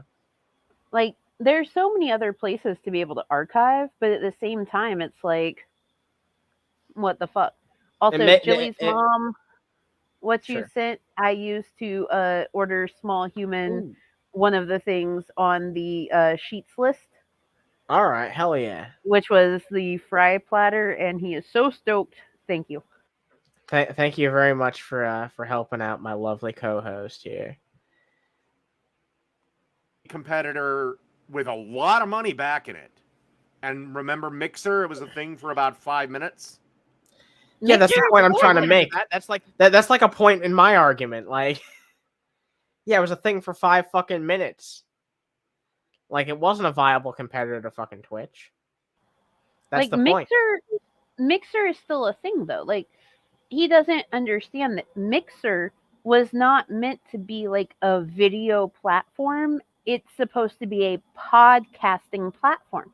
People still use Mixer all the time because it's highly encrypted. They can talk about things like cryptocurrency and stuff on there. So it still exists. It's still very much a viable option. Yeah, I didn't know that. It was still around. I could have sworn I remember hearing that it was shut down at some point. But maybe I'm thinking of something else. Well, I mean, there's Mixer for podcasting. There's BitChute. There's Odyssey. There's Twitch. There's Rumble. There's the Internet Archive. There's so many places that you can put all of your shit onto. There's Scribd. There's Spreaker. There's 1.5 million options. Yeah, my only point is like that those don't have anywhere near like the amount of the market share that like Twitch does in live streaming or YouTube does when it comes to like video content creation. And it's like they're never going to get to the point where they're able to be a viable enough competitor that they can really like be on that level. Rumble was on its way, but as I was talking about in my stream this morning with the stuff happening with Russell Brand, yeah, that's been a huge controversy. There have been a few different companies, Burger King, HelloFresh, ASOS, Barnacle, I think it's called. But they all pulled their advertising off of Rumble because Rumble said, we're not going to demonetize Russell Brand. And they were like, that's all we want. Like, you can let him have his platform, just demonetize him. And they didn't. So they were like, well, you can't have our advertising because he's under investigation for grape. So fuck you. Yeah, Jesus Christ.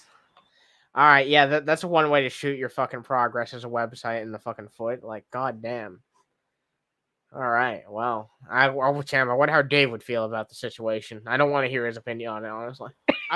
Me neither. And here was the problem. They signed away Ninja, and they signed away several of the top Twitch streamers. And nobody came to the platform. Most of the bulk of their audiences stayed on Twitch and just found other people to watch. That's the problem. Exactly. Yeah, it's the people who are unwilling to make that change in a lot of cases. And that's why I say there are some things that only the government can take care of, that regular people can't, because it just so happens that under capitalism, sometimes the fucking consumer doesn't know any better. It's not always the case, but sometimes it is. And that's why the government has its place, in my opinion. Its primary place is to make sure that shit like that is not allowed to impede on the rights of the common person. And right now, it's impeding upon people's free speech. I get it's a private company, but this is the only place where people can like get on here and fucking shoot their shit in videos. Like, where else are they going to do it? Well, I guess they could make their own website. Like I said, you can make your own website. You can. There's Twitch. That's not like you said. That's like what I fucking said. I fucking said that. He had a bit of a fucking stumble there, the old brain. That was literally a point that I made. Like, and I said I scoffed at it because, like, not everyone has the ability to make their own fucking website. At least not on the level that's, like, something that people would want to engage in on a serious level. Like, anyone can make a pre-made website, and sure, those have their uses, but, like to actually have something that's, like, a content creation machine that people are going to want to get engaged in, you need to know a thing or two. Have the money and the know-how, or know someone who has that fucking knowledge. You know what I mean? It's going to take a lot of resources. I want to make my own website eventually, but fuck, I mean, yeah, I'm not going to bother trying until I know someone with the skills to do it, and I have the money to pay them. You know, Kira, you're gonna find this funny.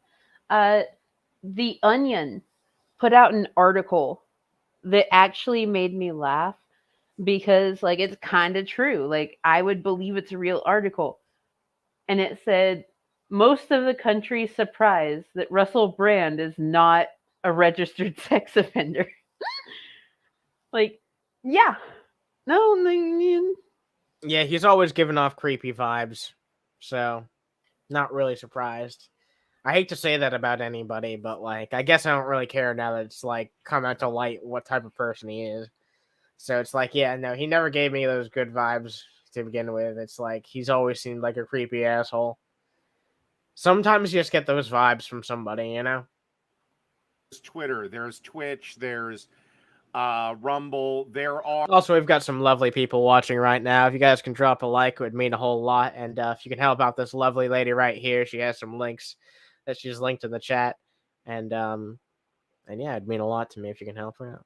are alternatives, and They all have their biases, though. But do you know what number a company has to be over in a given specific field for the antitrust laws to be enacted? Go on. A company has to have 90% of the market. YouTube does not have 90% of the market. I find that hard to believe. Maybe it's because they're taking into account it's like a streaming platform as well, but YouTube's original purpose was for video making. I tend to agree, but remember, Dailymotion is still up and running, and they're older than YouTube. Yeah, but like they can't be taking up that much. You take everybody, put them together, all YouTube's competitors. It's probably 11%. All right. If Twitch gets thrown in there, then it's even more. Neither of them. Maybe that just means that's not a very reasonable threshold. And then honestly, you can publish videos on Amazon, I believe. I don't know if it's like a YouTube style thing or something like that. No one's fucking watching content on Amazon. Dude. Then you've got things like oh God, they're a terrible website, but what is it? Verbal or something? You're giving me examples, but you're giving me a lot of examples that are just like, oh yeah, this place sucks. Am I wrong? Like, those are a lot of poor. You've given me better examples. Like, you gave me some actual fucking examples of places that you could use as alternatives. Where I'm like, all right, that's a fair alternative, but still, like, none of the points that Dave's giving me are debunking my fucking point here. And most of the things that I've given examples of have been examples of where to archive to get around YouTube's TOS. Yeah, that wasn't even us having the same conversation, but you still provided me better examples than he is, and I love that. It's freaking amazing. Yeah. Well, I'm not saying. Look, I will admit with you that YouTube is by and far the big dog, and it has the best interface. No, he's trying to say that YouTube's like 89%, and that the rest and the competitors are 11%. That's what he's trying. Which I'm not even sure if that's the case. I mean, I'd have to actually see the statistics. That's just Dave pulling more statistics out of his ass. At least that time. Unlike usually, he admitted that he pulled the statistics out of his ass, which is fair. It's the easiest to use, but at the end of the day, I don't think they go up against antitrust. But I will have to admit, because if you go back far enough, you'll say me seeing shit like this. I don't know if I would be 100% against. I'd be 50-50 because I don't like the government getting involved. But I've even said, the government we may not have a choice but to render YouTube essentially under the public, because YouTube has essentially replaced the public square. Socialist Dave. Commie Dave. Oh my God. That's a commie opinion out of Dave. Damn, so I didn't even remember this, but it seems like, I might be able to sway Dave over to this position if he isn't already there, because he seems open-minded to that idea, and that is what I do think would ultimately be a good potential solution for YouTube. I don't know if it's the best solution, but I do know that there needs to be some type of the government needs to step in and do something about YouTube and video content creation and shit like that. There at least needs to be an alternative, a viable alternative that is considered a public utility. I'd be on board with that. I'm not sure how that'd work out, but I'm on board with it. I mean, at the same time, though, you also have to understand that with that, you run into the risk of government overreach. No, I'm sure that would be a concern. That's why I'm thinking, like, I'm not sure if it's, like, best for them to just take over fucking YouTube, but for them to have their own alternative would be interesting. Well, see, but you've got to consider okay, so countries like China, because all of their video sites, because all of their news sites, because all of the everything is under government control, government provided, they don't have the same types of freedoms that something else would. The Chinese version of TikTok has about 30% of the content that US TikTok has. Yeah, because people aren't free to do as much as they otherwise would be. Because there's government control and government power and government overreach controlling what can and cannot be seen. But that's already being done on YouTube, though, because... To a degree, because, like, YouTube is a private corporation. That's not quite government overreach. That's private corporations trying to not get their shit shut down. I just don't see the harm in there being, like, another alternative website if YouTube's still allowed to do its fucking thing. Like, they can still continue to make their own fucking decisions, but, like, what's wrong with the fucking government? That's why Rumble came into place, because they're like, hey, you can say whatever the fuck you want on here. No government anything. Government's cool with what Rumble's doing because they're following the base laws. Well, yeah, exactly. Like, that's kind of the point, is that, you know, like, Rumble is what you're talking about. Yeah, I don't know, but, like, I haven't heard many good things about Rumble. So... Yeah, because the government allows it. There's freedom of speech. There's no oversight that will stop your freedom of speech where another person's rights begin. That's the issue. Therein lies the problem. I think, like, I think You that see what the I mean? issue... well, no, because I think the issue lies within, like, yeah, there does need to be some level of, like, I'm not advocating for, like, a freedom of fucking speech hub. I'm advocating for, like, a government run alternative where, like, yeah, there is gonna have to be some limit of what's fucking said. Like, it shouldn't just be fucking based on, like, there should be, like, it would have to involve its, like, own fucking agency or branch of the fucking government that handles that type of fucking, you know, cyber shit. Okay, like, so that type of thing falls under the FCC, and, like, the FCC, while they are technically in control of Rumble because of the way that Rumble's terms and conditions are written, they are federally allowable, ergo government oversight without overstepping. But if you want, like, that's my biggest thing. People don't seem to understand that, like, our choices are Rumble, YouTube, and what China does.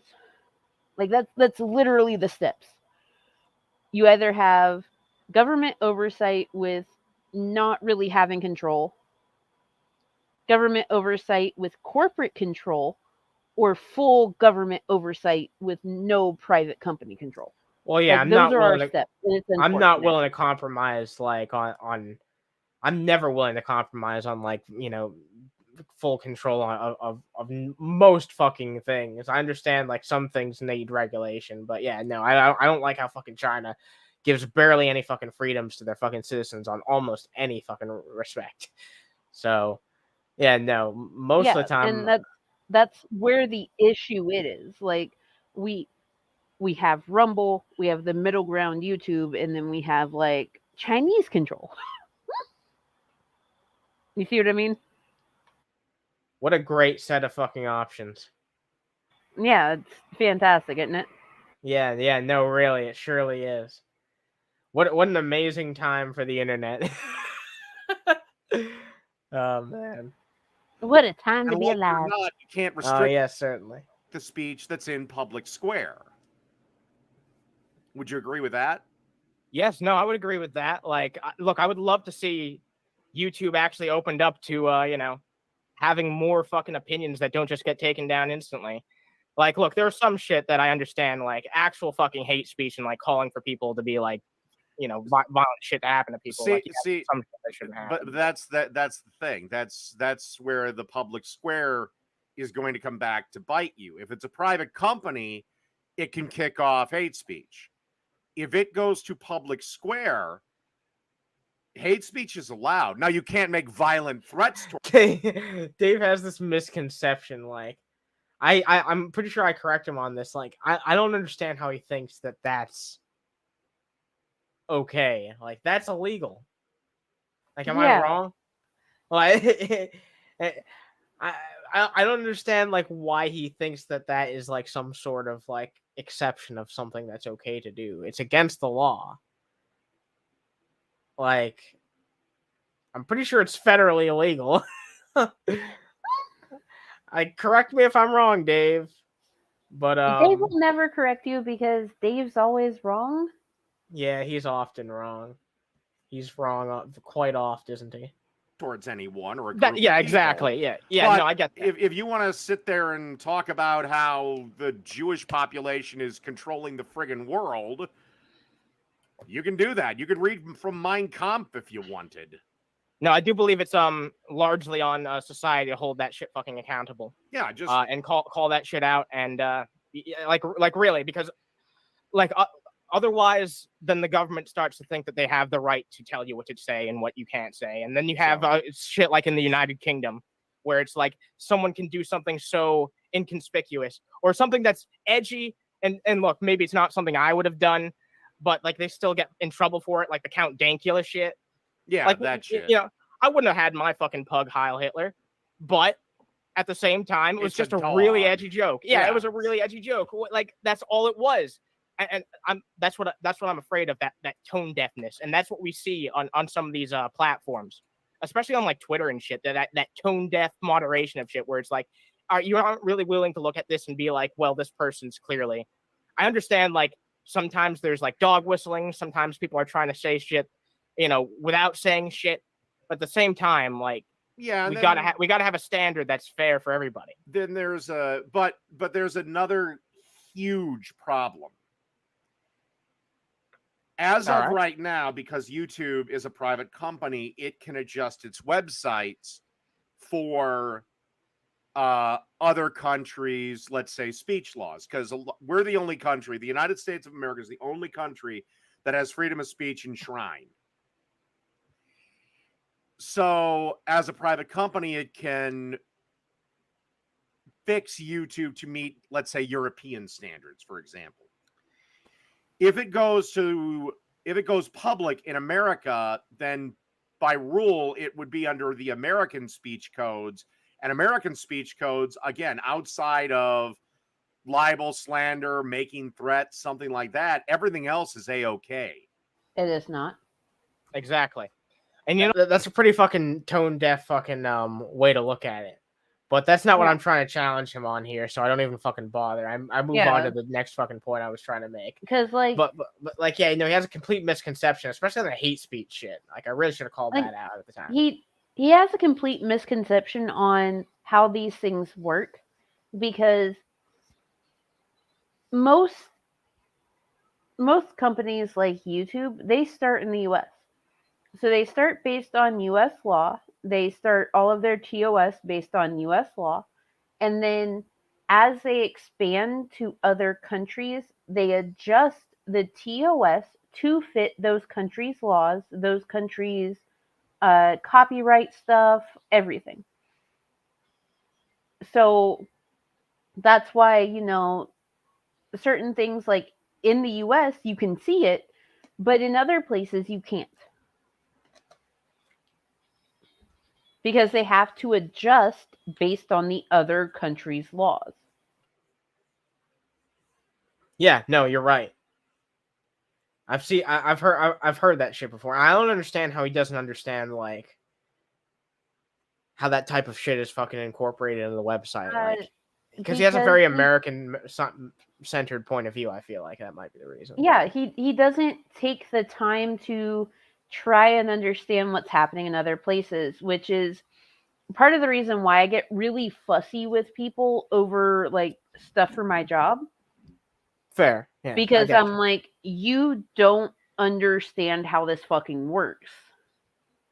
If you took the time to take 5 seconds and Google it, you'll understand how it works. I got fussy with Kira not that long ago in your server about Disney because Fox LLC, Fox Media LLC, is not Disney. It's Fox Corporation.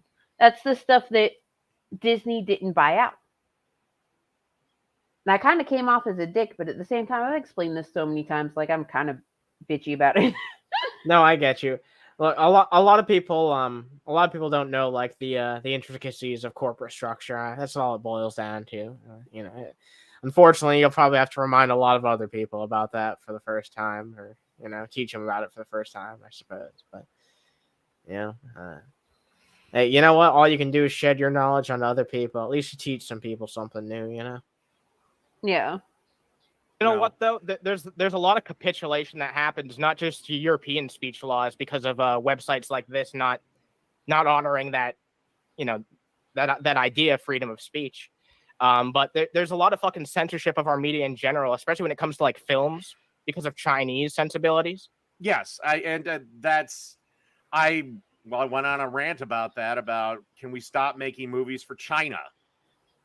You know, can we worry it's about goddamn America, ridiculous. You know, because it's like it's a lot of cases it's condoning racism. I don't know if you've ever seen like the difference between the Force Awakens poster in North America and the one. Oh yeah, I seen the famous poster. Yeah. I mean, most people have fucking seen that shit, dude. That's not cool. Like we should not be fucking allowing that shit to happen. If you want to go to the most racist places on the planet, go to Southeast Asia. Go to Rumble, yeah. Yeah, I like how Dave like says like if you want to see one of the most racist places on the planet, followed by a racist statement from himself. It's like Jesus Christ, Dave. Just like go to Rumble, like you'll be fine. You'll fit right in. Look, I know a lot of parts of Asia. Like, look, there's a ton of fucking racism in some parts of the fucking world. Like, that's fucking true for Asia. That's true for Africa, fucking Europe, fucking the Americas. There's really fucking racist parts of all different types of fucking. Every continent has fucking super fucking racist areas. You know, some places more racist than others. You know, but every country has fucking places that are fucking racist. You know, like. There's also just fucking people that are racist all over the place. I don't understand why Dave's trying to like make a point about this. Like I don't know. I look, I get there's a lot of fucking racism in certain corners of that, you know, part of the world, but like yeah, and like so there was recently a vlog that Foodie Beauty did where she was in I think Taiwan. And one of the ladies there that like interacted with her that was holding a baby was like, "Oh, you're so big. You eat too much?" Damn.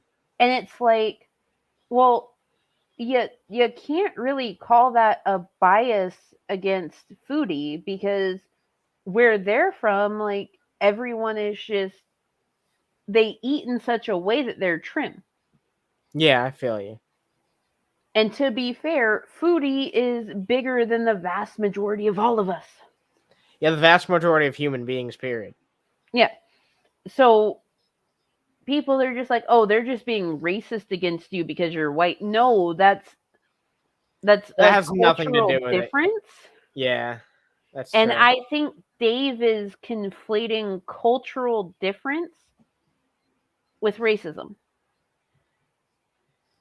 Yeah, no, I don't know. He might be trying to make a point about like the history between like Korean people and Japanese people and like Chinese people. Like there's been like a lot of like you know, infighting in that fucking part of the world. I get that. And there's a lot of fucking racism when it comes to, you know, but you could say that about fucking Europe too. There's so much fucking racism in Europe. I don't know why he doesn't fucking single in on that, because that doesn't fit his fucking narratives, you know? That's not what the angle he's trying to fucking make. Of course his mind's gonna go to fucking Asia, because fucking Dave has some fucking low-key racist fucking ideas. Yeah. You know? I don't think he's overtly racist, but he definitely follows some racist talking points. To be fair, though, I think he is. What'd you say? I was just saying, I think he might be actually overtly racist. Just because you gotta remember all the shit that he said about Floyd. Yeah, that's true. He did say a bunch of He sang an questionable- entire song. Yeah, he did do that, didn't he? Yeah, Yes, I he forgot did. about that. I forgot about that, didn't I? Wizard my was my the friend. entire song that he sang out on the channel. Jesus fucking Christ! All right, well, I remembered something about you, my buddy Dave. Maybe I wouldn't have been so nice to you in this conversation. I've remembered that. Because Yeah. ask a Japanese what they think of a Chinese, you will not like the answer. Okay, notice there how he said a Japanese. Hey, yeah, exactly. Why'd you say it like that? Because What? he's racist. Yeah, okay, fine. You've got a fair point. He did literally just say it like that. I don't know how else to. Ask a Japanese, sir. Yikes. I will say that sure, there's a lot of racism in Asian countries, but there's definitely a lot of issues here in the Western world too. So let's not overplay it too much. The amount of racism we have here is almost non-existent. You're so full of shit. I will say it really is bullshit. Like, I even challenge him on that crap because I call him out on his own biases here, I'm pretty sure, because, like, yeah, this goes against his own I remember watching narrative. this with you. Oh, you do?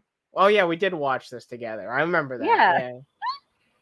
Is there racism in the country? Yes, of course. But the supply is nowhere near the demand. Man, you don't think the Christy Winters and all these other people that you find on the extreme left, you don't think there's any racism in their hearts? I think it may. I don't think it's racism. I think it's the soft bigotry of low expectations. Honestly, I think that there's like a political spectrum wide rise of racism in this country. It's been rather subtle, but I've noticed a lot more than I was in the early 2010s. The only time Okay, it wasn't so I subtle. will say when the That's the only point of contention that I have with what you said, because I know how you're approaching Dave, but the level of racism wasn't really that subtle. No, I mean, yeah, look, in some ways it was, in some ways it fucking wasn't, but I'm mostly trying to speak to I know you're trying to speak to his mental capacity. Yeah, because if I try to lay it on too thick to him, he's just gonna completely fucking shut down the conversation. Oh, of course. But that was like my only point of contention with this part, was just like it really wasn't that subtle. I probably should have said gradual instead. Yeah. Because it has been a gradual process. It has been. Like the wording was just wrong, and I understand where you're coming from, because if you use the word subtle rather than gradual, if you use gradual, then he'll fight. He'll go into fight or flight, and fair, yeah, that is fair. Yeah, that is very true. My water bottle just fucking fell. That blows. Like the Kevin Logans, the Jakes, the Christy Winters, the Young Turks. I don't know if any of them are racist. Well, no, the only time it rises up is when like a The Officer Tatum or Shoe on Head or Anna Kasparian or any of them get out of the feminist line, like Pearl Davis. I don't know if you know who she is. No, I know. Okay. Just pearly things. Basically, fuck if you're her. a woman that's, I don't know who that is. Okay, just pearly things. Fuck that bitch. All right, so she was kind of popular on TikTok, and she dated this dude, Angry Reacts, And he was fucking hilarious. He was a person of color. Is a person of color. He's hilarious. He's so kind and so nice. And after they broke up, she started talking about how being fat is a super bad thing. How you need to follow all these trad wife things. She became like a super pick me conservative cunt. Oh man, that ain't good. Yeah. Like, pardon my French with the cunt thing, but like, Yeah, see you next Tuesday. No, Uh, I appreciate the backstory. I don't know what Dave gives me as a rundown, but so Pearly things, he's all for her to a degree because she's 26, never been married, never had kids, but she's like trying to spew all of these red pill values. that's And gross. like the thing is though, like you've never had a kid. You've never been in a relationship like that. Where the fuck do you get off with this shit? And she actually posted something where she said it's not our fault that 16-year-olds are hotter than us. Ma'am. Biggest fucking red flag ever.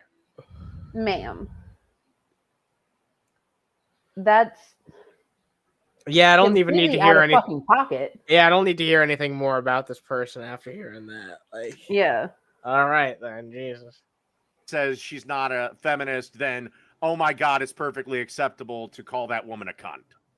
Because, well, but if she's a feminist, then oh my God, you must, it goes to a thing, and I see this more on the left than the right of believe every single thing that we tell you to believe, and if you do not, we cast you out. Look, that dogmatic shit has gotten a lot worse since 2016. I would definitely say. Like, yeah, if I could change anything about both sides of politics, get the dogmatic shit out. Get it out immediately. You know, if yeah, there's no, one no, thing, I agree with that. Like, we need. if there's one thing that I'd really, really like to talk to Dave about, he has made some really disparaging comments about single parents before. Yes. And I would really like to talk to him about that because it's not my fault that my ex ruined my face. It's not my fault that he microwaved my birth control and forced me to have a kid. Like, yeah, I would love Dave to actually have to have a conversation with a real mother. Like, that'd be a very unique fucking, like, twist on him actually talking to somebody. Like, having to actually confront, like, one of the demographics of people that he shits on the most. You know what I mean? like, It would be like having him debate a nurse. You know? It's one of those things where he puts all of this bias into it without understanding where a bunch of us come from. Because, like, Pearly, the person that he's like so shitted over, she put on her Twitter page that single moms are fully selfish. Like, they're only single moms because they're selfish. Bullshit.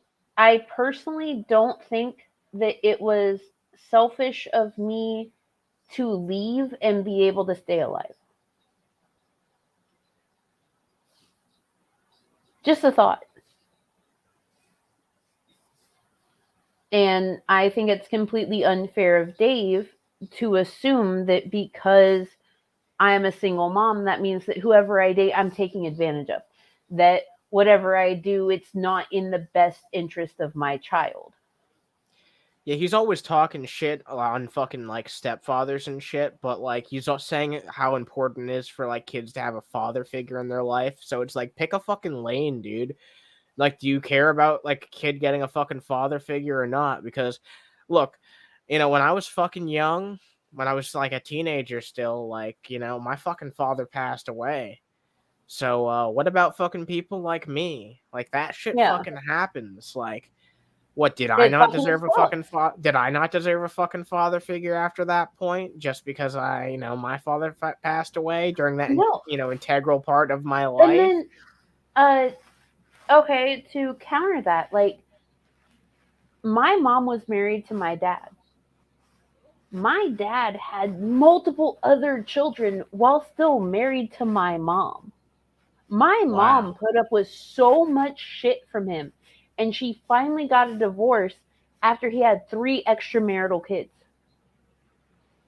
That's fucking crazy. And then he decided to get with my stepmom and raise her kids as his own and completely abandon us. What about that shit?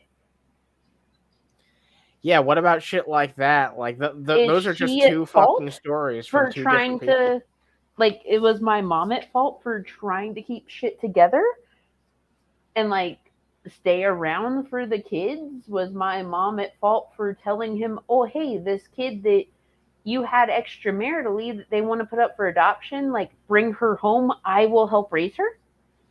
Well, Dave thinks so fucking black and white about everything. He doesn't think about exceptions and like real life shit that's not that unfucking common, but it's just not the norm that fucking people think about. So Dave doesn't give a shit about it because if it has never happened to him, then he doesn't care, and he's had a pretty fucking easy, fucking normal, straightforward life. So what the fuck does he have to give a shit about?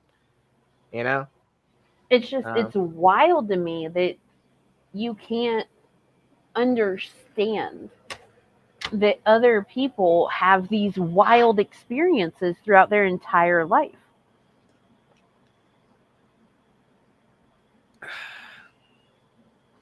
That doesn't mean what you think it means, Tony. All right, let's continue on. Well, no, okay, so I understand what Tony's saying. There is the bless your mom's heart, so she's doing great, she's doing good, bless her. But then there's, oh my God, bless your heart. I know where Tony's coming from. Don't worry. Okay, yeah. I was just making a joke, by the way. I know he meant that. I didn't. Tony's a really fucking great person. I know he wouldn't mean that in the wrong way. I was just being like, Tony, you said the wrong thing. Oh no. There was one person that was like, oh, bless your heart, you have a special kid. No, fuck you. Fuck your shit. Ooh, yeah, that's sheesh. That ain't good. That ain't good.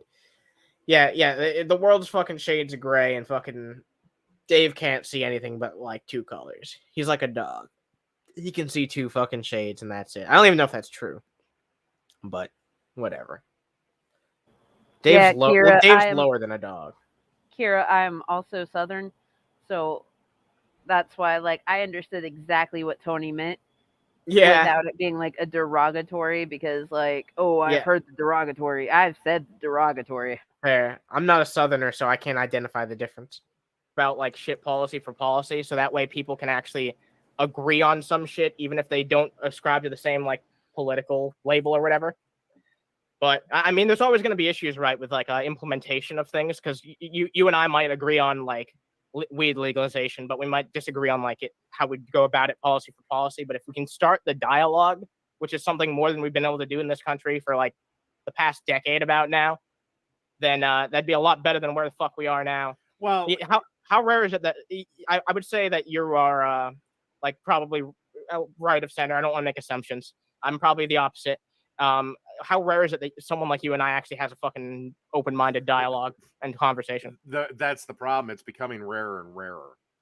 You know, it's like weed legalization. I'm fine with it. Make it over 21. Put a tax on it. Boom, done. I tend to go to extreme with the drug argument. I don't think any drug should be illegal.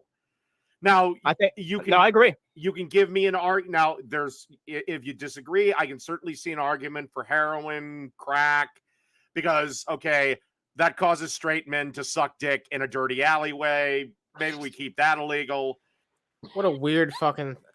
I mean, he's not wrong though. No, he's not. And look, I mean, this is an idea that was placed in my head quite a long time ago by TJ. But no, I do believe in the idea of like legalize it all and regulate it so that there's like it can help get people off the drugs too. Okay, if you do that. This is the weirdest thing. So the state of Oregon has decriminalized everything. Oh, yeah, And- yeah. I remember hearing about that. Yeah, how's that been working out? Great. They have so many harm reduction centers. They have so many things in place to help people. And if you're caught on the street, it's much like I think it's Venezuela, where if you're caught on the street doing drugs of a certain time, they're like, "Hey, we're not going to arrest you. We have like facilities you can go to where you get state safe areas. funded help That is rather awesome. than like going to jail. Like we can help you with this issue instead of sending you to jail." And it's like, okay, cool.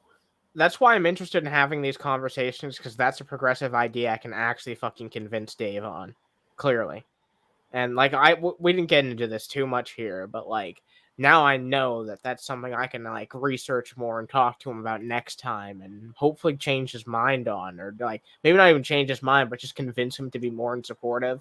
Because like this is exactly what I was trying to talk about to Phoenix. Like there are some fucking look, some people, this is the time where we need to fucking be convincing people of policies, you know?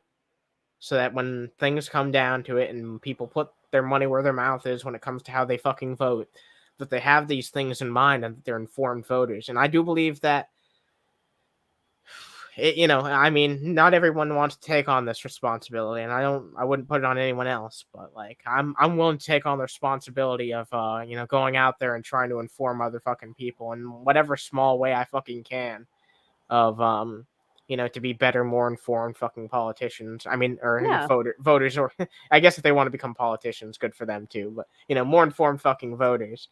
Well, then, And do that by informing myself too, the state of Oregon, they also decided to enact a full state-funded healthcare. So everyone in Oregon has universal fucking healthcare, as well as like all of this other shit. Yeah, no, it seems like Oregon's a very progressive place. It is. Yep. All right, let's continue on. Well, if we have everything regulated properly, so that you can only do those hard drugs in very specific places. Yeah, then, I mean, but but at the same point, does prohibition stop anything? Not really. Oh, I no, mean, it doesn't. Like it makes it worse most of the time. Yeah, it's like heroin's illegal, but you can find it at any fucking county fair. That's why I like carnival rides better than amusement park rides. One was put together by a engineer with a college degree. The other one was put together by that guy twitching on the ground. Okay, Yeah. but at the same time, Dave's kind of wrong about that. What is that? Like, there are so many carnival rides that have been like broken down. True. That like the seats fucking fly off. Yeah, it's both have had their fair fucking share of horror stories. Let's be honest. So, I guess he was just trying to make a joke. Yeah, it's weird because like this is like one of the better performances I've seen out of Dave in a long time. He's actually not in a fucking foul mood for once. I think it's because he showed up to this fucking sober. I haven't seen him like drink anything during his stream, and I've been paying attention to that. He woke up late. He's drinking ice water the whole time. Oh, wow. Like, he's actually focused and aware. Like, I'm kind of proud. Yeah, me too. Yeah, I'm a good influence on Dave. Can you believe it? Really. Never fucking did. Yeah, okay. Is there anything else on your list? I already talked about that. We kind of covered in I guess I'll just do this. I don't know how. Maybe I put you as farther left than you actually are, but I did have something up here. Socialism will always lead to ruin. Where are you on that statement? Well, like I explained to you, I believe in a Okay, mixed system. honestly though, So I'm not. that was a really concise and good statement from Dave to bring up in a debate setting. Yeah, no, I'll say that was a good topic. I mean, like, we're obviously going to disagree on the subject matter, but like as an actual topic, like, yeah, that was pretty good. And I he stated it well. I'll give him that. It's a good observation, I suppose. Let's see what I said here. I am not what you would call a capitalist nor socialist. I believe that there's a place for social programs, and there's a case for where the government does need to be bigger, and in some places it needs to be smaller. At the end of the day, all I care about is that our constitutional rights are being taken care of, and that the government is doing what it can to make our lives as easy as possible using our tax dollars. We should have good infrastructure here. That shit should be taken care of. Basic shit like that. People's lives should be as easy to live as they are within the responsibility of the government, while also not impeding upon our rights to make our own choices. I wonder if we're just arguing degrees, because I don't believe in a pure anarcho, anything goes, no regulation, capitalistic system, because eventually that's going to collapse as well. Okay, we can agree on that. Yeah, I believe that there should be regulations governing commerce, trade, what have you, so people are not sold a false bill of goods, or B, completely shoddy merchandise. I do believe in a safety net. I probably believe in a smaller safety net than you. I was just about to say that, like, we probably do disagree on the extent in which the government should be involved, but I do think there's enough fundamental similarities here for us to have a conversation where we aren't shouting at each other, which is nice. I believe that I believe in welfare. But I'd probably shrink it. I wouldn't shrink the amount. Actually, you know what? I'd probably just increase a few.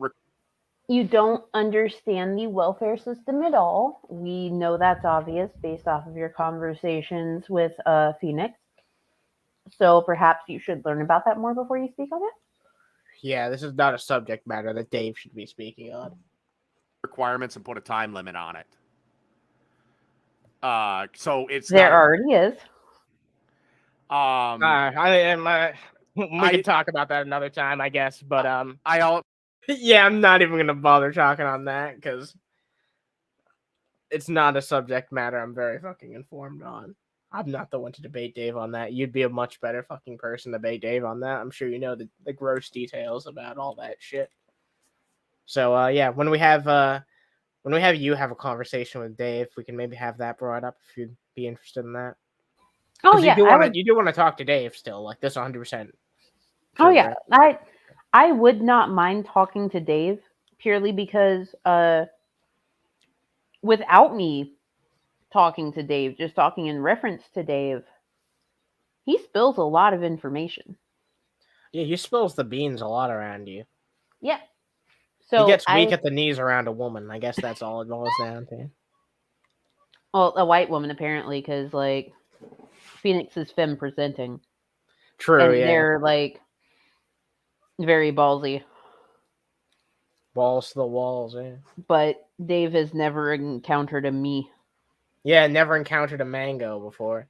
He wouldn't know what to do with himself. But I also believe that the government does need to be in charge of things. Like, it'd be impossible to privatize the fire department, the police department, There they are. the roads, the parks, it's just some shit the government has to take care of. Exactly. I'm sorry, were you trying to say something?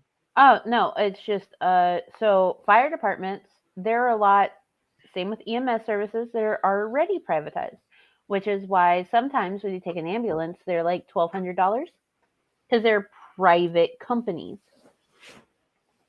Oh, Insurance wow. does not cover them. Right. Okay. I didn't know that was the reason for such the huge numbers. Jesus. Yeah. Wow.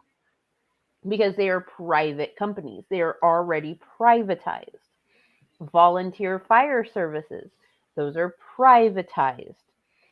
Fucking parks in communities, like certain neighborhoods, those are privatized. Those are not government regulated. Do you think it would be better off if those were public utilities? Yes. All right. I mean, okay. Maybe Dave's mind could be changed on that now, since he seems to think that's already the case. Fucking jackass.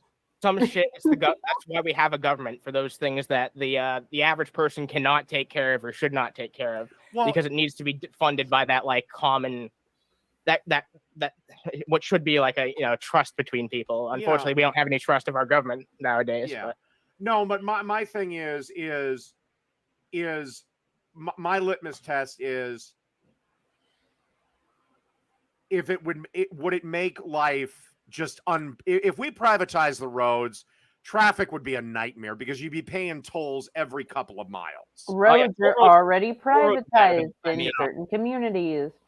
That's why they're covered in so many potholes, because the state or the city is not responsible for taking care of them. Yep. You'd be surprised how many instances there are of that. Like, really. I can only imagine how it'd be like if everything was like that. That would be terrible. No, infrastructure is a big thing that the government needs to take care of, because like this is the land that the government, claims to own. It should take care of it to the best of its ability. So again, I believe we have to have government functions, but I would like to see the government shrunk, believe it or not, quite a bit. The roads and shit in our fucking country are sad. I don't want to, I definitely do not want to privatize police force. No, no. I have heard some people on my side of the aisle basically suggest something quite frighteningly similar to that, and it's like, that would never work. That would never work. There's so many fucking issues. Depends mostly on the police department and by each police department, but there's so many issues with the system that could be fixed, that could be reformed. We can have those conversations. We need to have those conversations. Those are responsible conversations to have. However, trying to say burn it all down and abolish it has never been the solution. And I also don't believe the fire department should be privatized either, because let's just say you're out of money. Too late, Dave. Apparently you're too late, Dave. Way too late. Way too fucking late. Probably hundreds of years too late.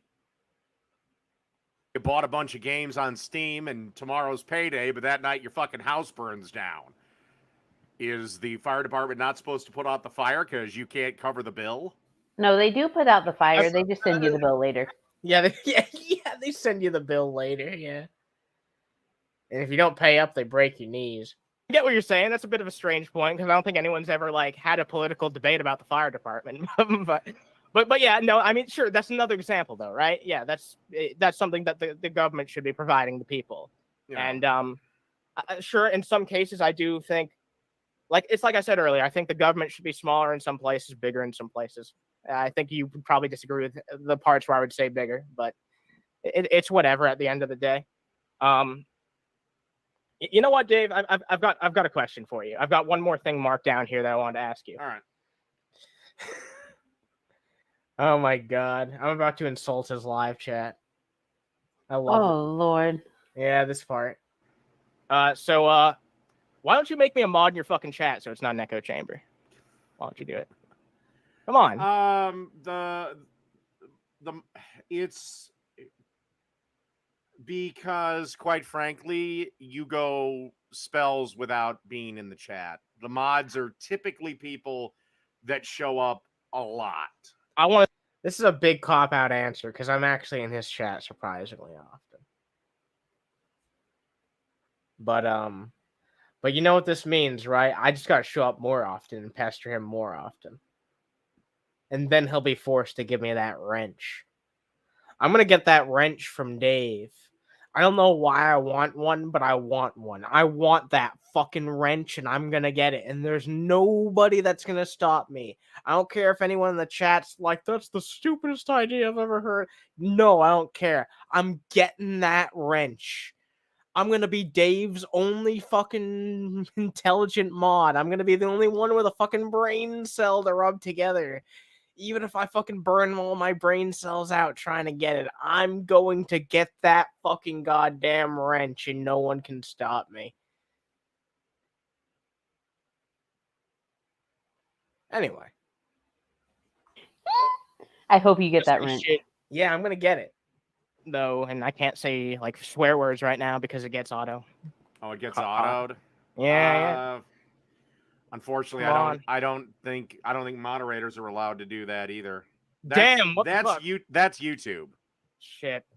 All right. I mean, I try to keep my chat as open as possible because I'm gonna get offended by a foul language. No, mods Yeah, can go around that. they should always be able to bypass it, even if the thing has a filter, right? Because like I've seen stuff held in your chat that I've had to approve, and but never from a mod, right? no, never. Okay. Then If- yeah. I thought that's what it if the Google censors have an issue with it, then it won't even show up at all. Okay. Yeah, I remember one time that we were doing a live chat and like we were almost certain that a Google employee was coming in and deleting shit. It was wild. Mhm. You remember that, right? Were you there? You might have been there. I don't know. But yeah, that was a wild ass moment. Yeah, because it was like Bill Portley was having an issue getting all of his chats to come through. Oh right. And he was being censored by Google, like straight up. Like none of his stuff showed up in the held chat. It just didn't show up at all for anyone. We were like, he what just the straight fuck? up didn't Bill exist. Portley. Why? Yeah, fucking Bill Portley of all people. I think there's a setting to go and change that. I'll take a look before the next live stream and Yeah. But YouTube literally said that they're going. Yeah, you know what? Now I gotta go see if I can go say fart in his chat and get away with it. Like to be moderating, auto moderating live stream chats, and there's probably nothing I can do about it. Because like even in my videos, like my shorts or my videos, anytime anybody says fuck, I have to go and manually approve it. Except for mods. It's automatically sent there. It won't show up on. Yeah, except for mods, bitch. That's the point I was trying to make to you. Because Bill Hicks one time asked Lizard if he supports me and my fucking bastard, my kid, just because we're best friends, and he like assumed that we're dating or some shit. But he called my kid a fucking bastard. Jesus Christ. Yeah. Yeah, that ain't good. That ain't good. I held my tongue. I very much highly disapprove of that. Jesus Christ. Yeah, I don't have that anymore. Like I occasionally something gets held, but it's usually if it has a URL in it or some shit. So yeah, I think there is a setting that you can go in there and you should be able to check it off and allow people to say the shit word and fucking all that. But yeah, I mean, they have that on by default, by the way, it seems like. Yeah. So they just expect everybody to go in there and like manually check it off. It's kind of shitty. Well, that's the problem with YouTube is at times I think they intentionally make some parts of their site intentionally shitty and headache inducing just so you don't change the settings. Exactly, yeah. Like that's their way to have it sanitized and easier for the advertisers because you actually have to know it and go out of your way to change it. You know what I mean? You know, and that's the biggest thing when the first, what was it, Black Tuesday or what was it called? Admageddon or whatever the fuck it was. Adpocalypse. Yeah, the Adpocalypse. Why didn't YouTube just fix when the people like Coca-Cola, let's say, wants to Black Tuesday, Admageddon. I can't believe that he just came up with those two on the spot before like actually realizing Adpocalypse. That it's just funny that to me that his head synthesized those two events. Yeah, that's so fucking weird. Admageddon, like it's the Adpocalypse. Yeah, it's the Adpocalypse. Yeah, like Jesus Christ. Oh my god, Admageddon. Jesus, that's fucking stupid. Advertise Coke. Why didn't they just create a whole new menu of if they say any of these things, your ad will not show up? And then they leave us completely the fuck alone. Because yeah, they could have found like different advertisers to cater to that different type of fucking content. Yeah, and if they do, you know, it's like let Adam like AdamandEve.com. They should probably be on like risque type of channels. But it's like, instead of doing those like that's crazy. That's I mean that's a gooder idea. Like a better idea, I should say. That's a better idea because like YouTube is too afraid to do that shit, and people had to start doing their ads within the actual video itself, like James Rolfe and shit like that. You know what I mean? Yeah. Those fucking those in-video ads that piss everybody fucking off. But yeah, and I mean, look, I get it because me too. Back in 2014 or whenever the hell the first one happened, YouTube was actually paying a pretty good rate.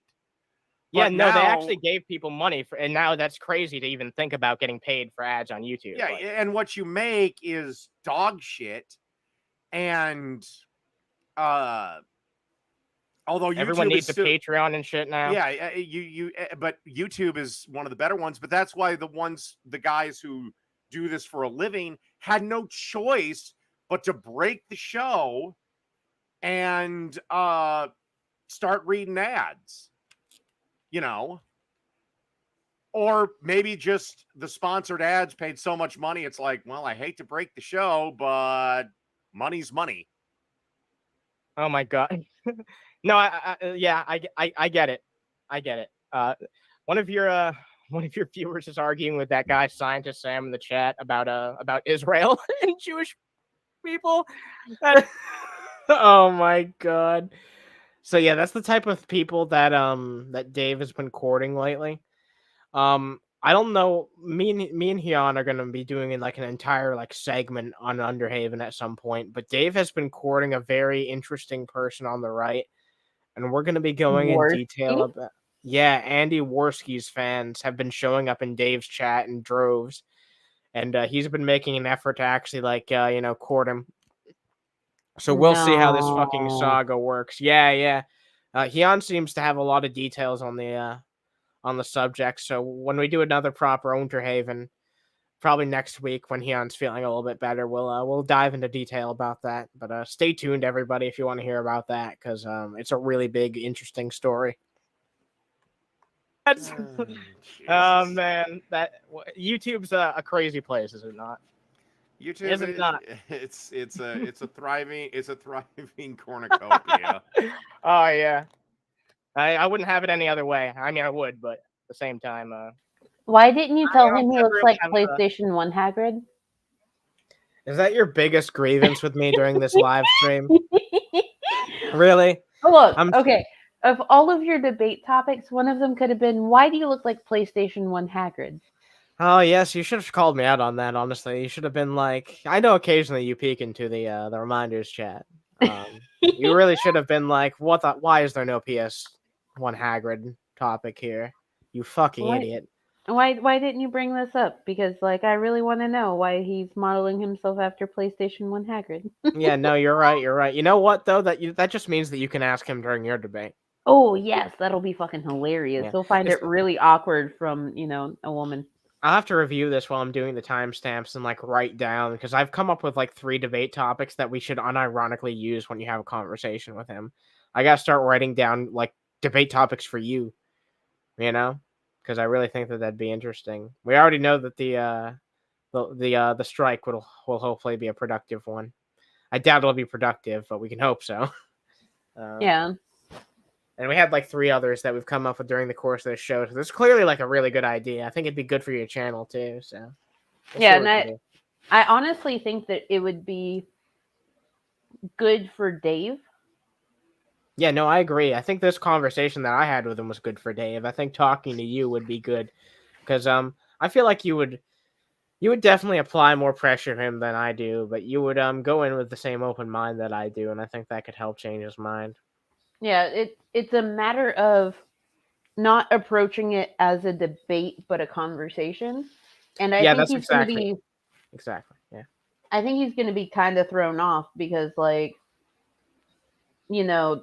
most people with vaginas that he has spoken to have gone after the debate aspect, whereas I just want to talk. All right, yeah. When I talk to him about it, I'll specifically say that like this person just wants to have a conversation with you about this number of subjects. We'll decide on some of the main topics before I pitch it to him. But Yeah, and I mean, if you approach it with like the different topics, I'm sure that he'd be more open than yeah. if it was just like, oh yeah, this woman wants to talk to you, and he goes into it with she just wants to fight. Oh yeah, no, exactly. Like I feel like I've built up enough of a decent standing with him at this point that I can honestly like if I approach him, I'm like, no, this person's like really, you'll generally have a productive and interesting conversation with them. I think he'll believe me. So that's what I'm going to do next time I encounter this other fiend. Surprisingly civil conversation.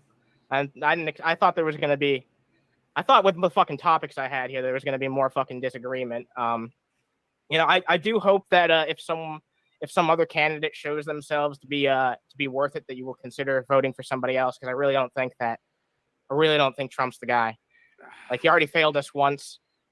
He did. I don't Like- see. I do. If I will say that if there is a better option that comes Oh, out of left field, That was I'll vote the other for it. point of contention, because me and you talked about this. What he said when Trump initially ran, Oh right, yeah, where yeah. he was like, Trump bankrupted multiple casinos. How do you bankrupt a casino? And now he's like all pro Trump. Like, what happened, Dave? Exactly. Yeah, I didn't even get a chance to call him out on that hypocrisy, but yeah, no. I mean, I've been taking a very stern stance against him during this entire conversation for that entire fucking reason. Like, this is not our guy. He's already fucking failed us once. Like, why should we Yeah. put our faith in him again? Like, if you ever Also- did to begin with, that is, Like, why should we put our faith into a person that is literally indicted on RICO charges in terms Yeah. of election fraud? There's that whole part too, which I did bring up in the we covered that in the first part of the debate that we talked about, but Yeah, it's still just like one of those things. Like, how are you this far into it? How are you still just like, he's better than the other guys, Dave? yeah, I It's know. better. I don't get it. Like, yeah, a fucking ham sandwich could do a better job. Him.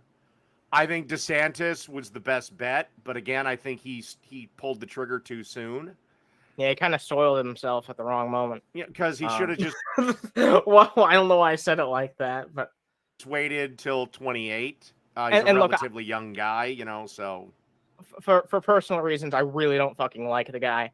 But at the same time, I do think that he was better for the GOP than Trump. I'll say, like, I'm not invested in the success of the GOP, but I do think he would have been a better fucking candidate for them than someone who could potentially be facing serious legal issues. But even the legal issues aside, let's say tomorrow all the charges are dropped, Trump's a free man, yada yada yada. Let's just say that. Mhm. I still do not like the fact that I am going to have to once again vote for a man who, when he takes his second term of office, will be 78. The reason why I don't like him, by the way, is because he's whack as fuck on fucking LGBTQ fucking issues. Fair. Like that's Also, that's a massive turnoff. He bankrupted multiple casinos, and he wants to be in charge of the country's spending. Yeah, what's with these fucking people getting bankrupt and wanting to think that they can be our fucking presidents? It's the new GOP standard, I guess. Years old. I agree with that. Like, what the fuck is up with these old ass presidents that we've had these last two ones? Like, come on.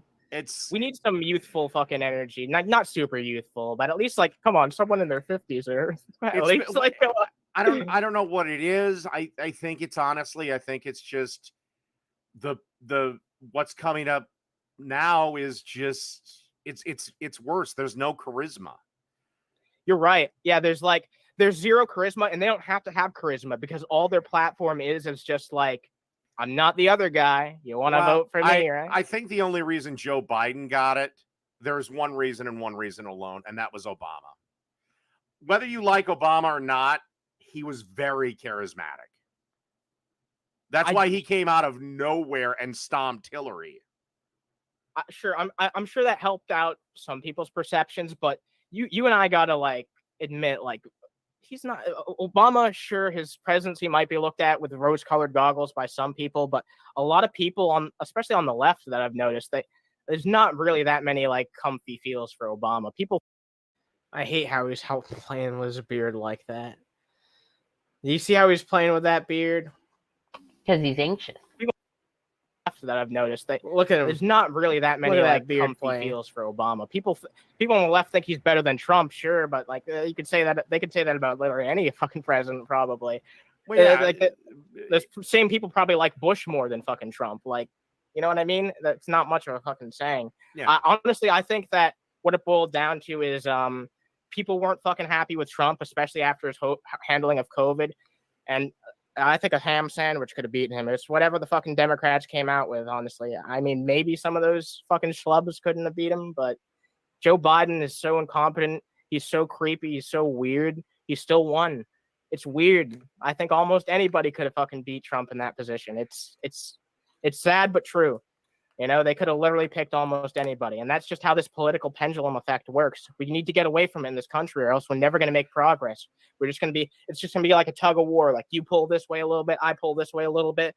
And before you know it, like the less desirable countries to be taking control of the world sphere will this way is further. exactly why he's playing with his beard, because you're making an extremely valid point, and he's anxious. Oh, really? His political ideals are being tested, and he's just like, oh shit, you're not wrong. How do I spin this? He's getting anxious about it. He's playing with his beard. Oh my god, yeah. That's probably why this doesn't last that much longer. I start calling them out. Because at least, despite their authoritarianism, which is terrible, and I would never compromise our freedom for authoritarianism, I'll say that much, but they've been able to use that as a weapon to make progress. Meanwhile, while we're here in this country, one of the richest countries in the world, I mean, the richest country in the world, and we're not using our potential because we're too busy bickering with each other. We're fighting with each other. It's fucking terrible. Yeah, you know, like I said, like I said, if somebody comes out of left field, I'll vote for him, especially if I like him. But honestly, unless something massively changes, you know, again, one of them croaks, or by some minor miracle, Trump is actually convicted. He's not refuting any of the things that you said. I know, right? Which is exactly why I pointed out, like, he was playing with his beard. He was anxious. He didn't know what to say, so he completely diverted away. Yeah. So I guess I won this debate, didn't I? It wasn't even really a debate. It was a conversation, but I guess I still won. And I think Trump will win.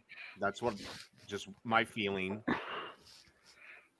Did you see anything of of what happened in New York? Regarding what? The migrants and everything. Basically, New York City is pissed off with the diversion. Like, New York could theoretically, they're that mad where New York could theoretically be a battleground state. I think I find that unlikely, but I think it was my live stream either yesterday or the day before, where you have a bunch of New Yorkers with thick New York accents screaming at AOC to send them back. Okay, so look, there's always going to be fucking protesters for shit like that.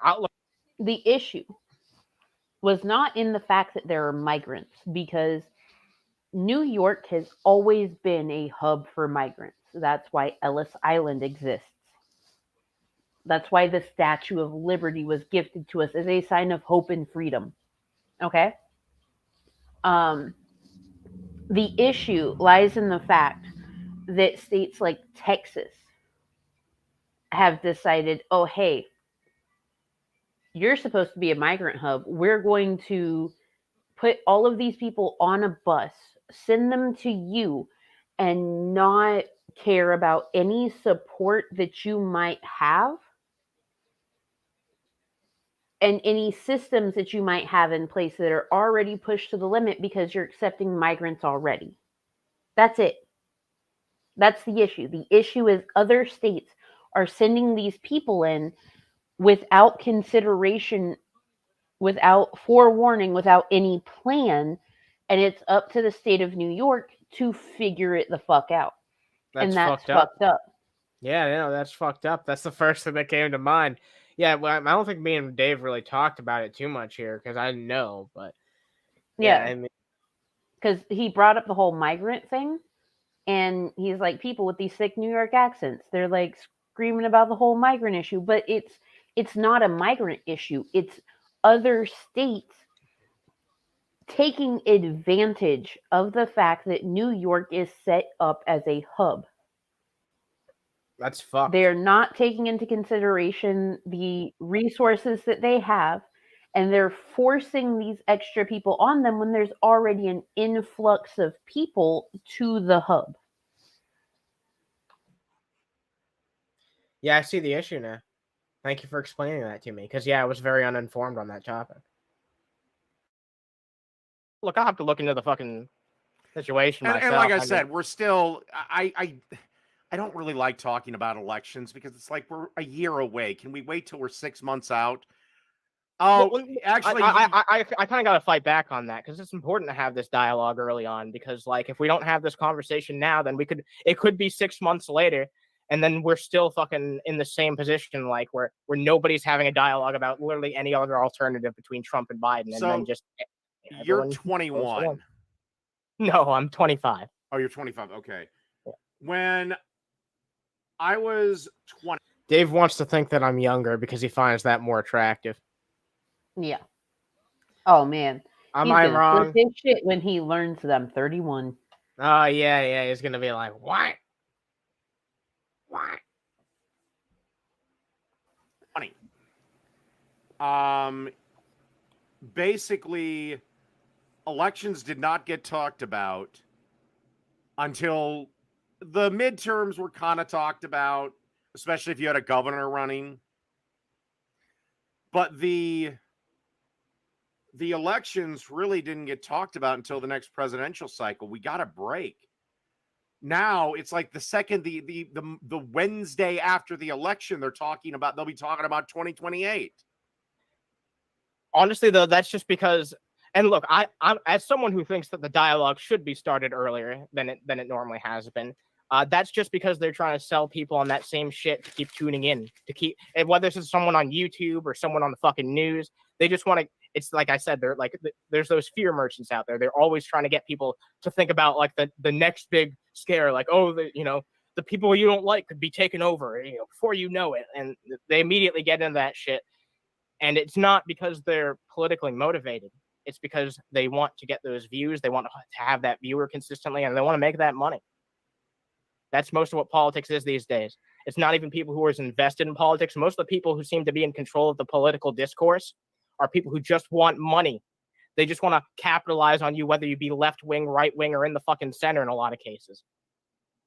That's what it is, man. That's why I believe in holding corporations accountable. That's why that's a really big fucking thing for me.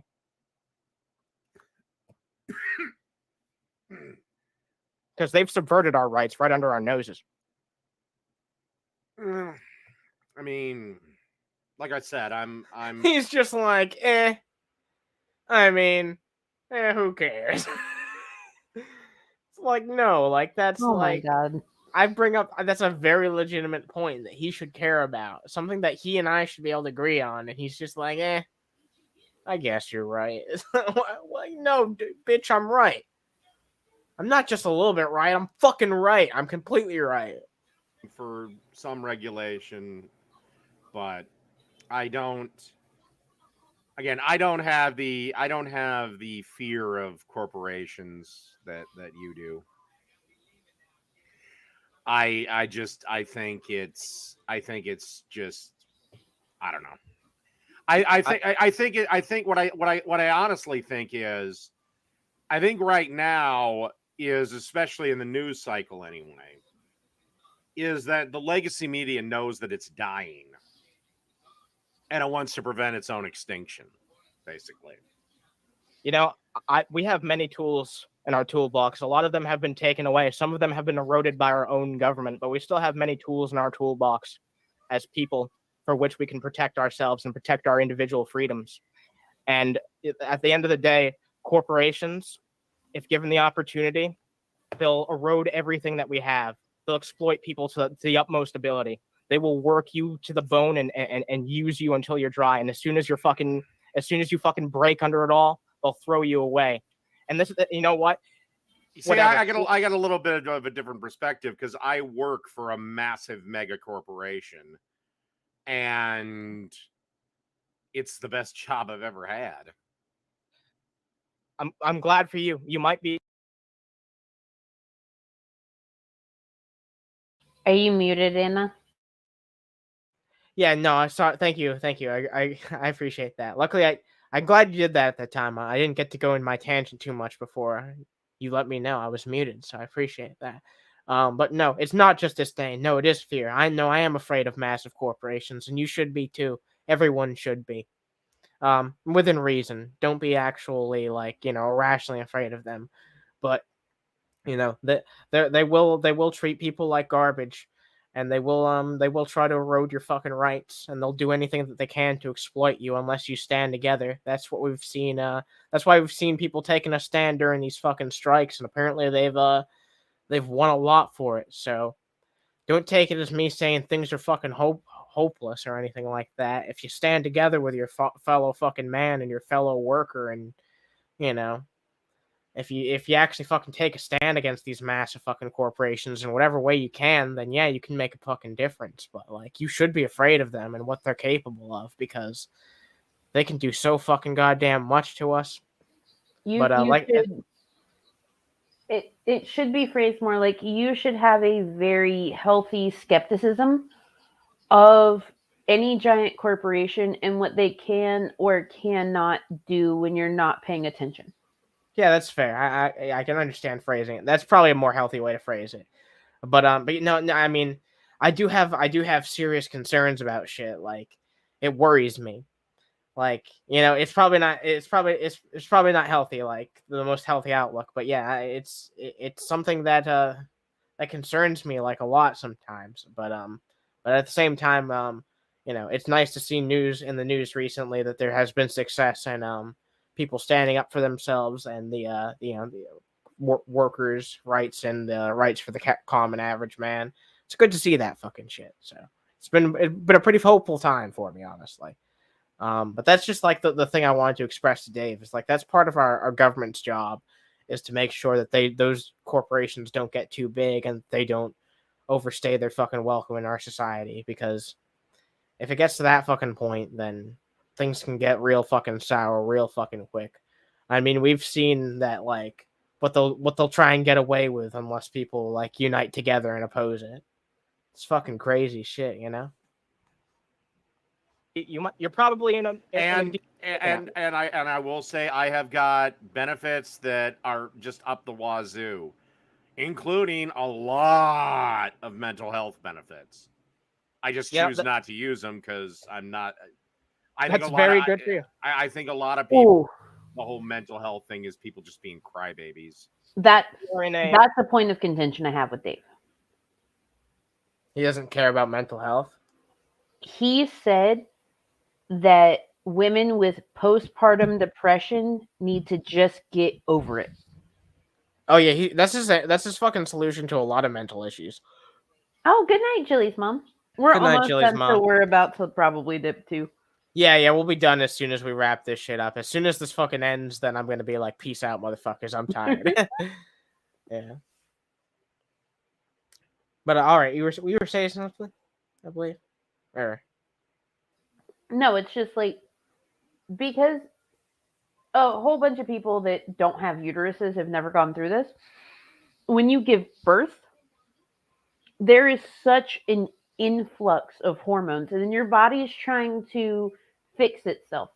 And then sometimes your brain doesn't quite catch up with, I had a baby that I'm supposed to unconditionally care for and love. And it leads to postpartum depression. And it's not something that you can just get over. You can't just suck it up and like go through a day. There are women that legitimately have thoughts of taking their baby and throwing them out the window. How could Dave possibly fucking pretend to know about that when he's never experienced it or is incapable of experiencing it? Well, Like, according to him, women should just suck the fuck up. according to me, Dave should just go fuck himself. So there's that. Yeah.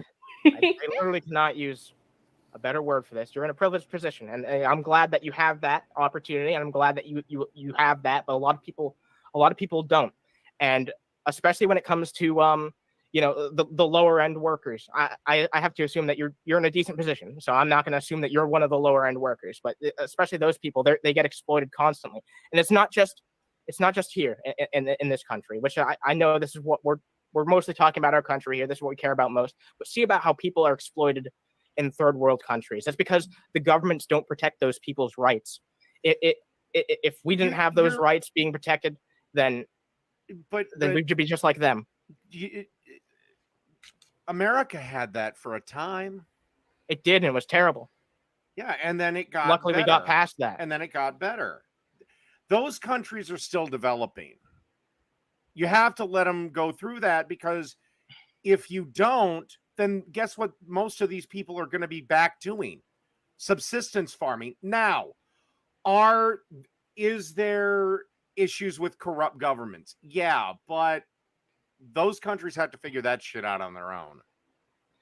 The problem is that in a lot of cases, especially in like developing African countries and shit like that, a lot of these countries, because they're in terrible positions, they're being forced to accept bad deals on shit that will ultimately cripple them in the end. If they're getting rid of all their resources and they're selling them at these absurd prices to Western countries, even when they're able to eventually, hopefully, colonization did its damn fucking hardest job of fucking keeping these people, back as far as it could. It's really fucking sad. Actually, believe it or not, this is an unpopular historical fact. A lot of these places were actually better off under colonization, if you actually look at the history books. Because I genuinely call that question, man. Okay, like, let me explain, because there's. Oh man, let's hear his half-assed explanation behind this. Countries in Africa that are well on their way, and the colonization of Africa basically ended shortly after World War II. Yeah, he did actually, me. I didn't even realize that, but yeah, he kind of did. And there were two types of countries that that got their freedom. Some of them, they said, we want our independence, and like France was in no position to fight anybody, and they said, fine, we're out of here. Then what happened is they went right back to tribal warfare. Other countries fought for their freedom, and when they got done, when they eventually won, they were united. Those countries are sitting in much better positions because they united. I mean, take a look at Ethiopia. They were never colonized. They were never conquered. Dude, and but like, they're still a shithole. Man, I don't. A lot of these. Oh, I don't know where to begin with this. I fundamentally disagree. I didn't even know. Your confusion, like, I don't know where to begin with. Yeah, I mean that was a real fucking blow to my mind. Honestly, I couldn't believe what he just fucking said. But a lot of these borders were drawn by Europeans. There's a lot of these people that, sure, they're one country, but that doesn't necessarily. In some cases, sure, maybe that worked out, and you know what? That maybe in that case, they're better for it. But there are so many places in Africa where genocide has happened over people of various different ethnic groups, not coming together naturally, but being forced into the same country by colonizers. And here's the fucking thing at the end of the day, is just like how in Europe there were fucking tribes that warred with each other, there were fucking Celts and Anglo-Saxons who warred over the fucking British Isles and all that fucking shit. I believe that, the Americas and Africa, and it's the saddest fucking thing, man, because I believe that those people deserve to make those same mistakes that the Europeans could, and eventually raise up and build up their own fucking cultures. And now we will never get to see that. We'll never get to see these cultures and what they really would have been. Let me fire back on that a little bit. One, they weren't really building infrastructure. They were still, for the large part of it, just kind of tribes.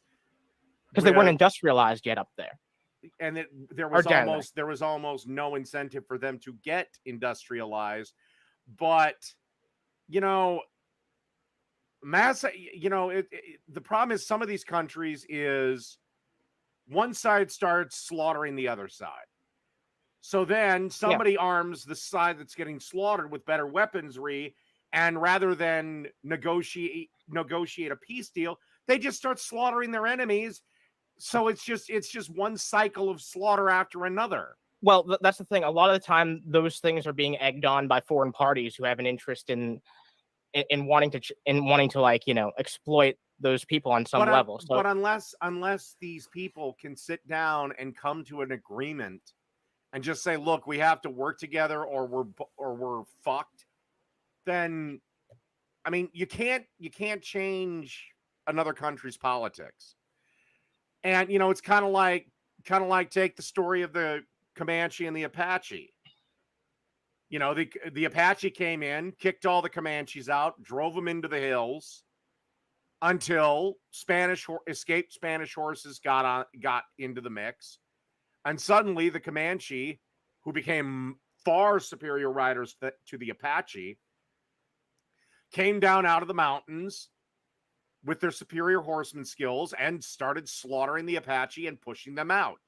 Dude, you can change another country's politics. Like, that's the British literally made countries. Like, that's what I was trying to tell you earlier. Like, they made borders, and like were places that there no borders like that existed. There were like tribal borders. So would you prefer us to colonize them and tell them what to do? Would you prefer America to be world police? Would you prefer us to force these people to sign a treaty that neither side is going to engage the second we leave? Do you want us to have military bases in every single one of these countries? I do not know what the answer is. I was merely expressing my sadness that these people were not allowed to grow their cultures like much of Europe and a lot of Asia was, to make their own choices, to make their own governments, to make their own borders. Europe is the most blood-soaked continent.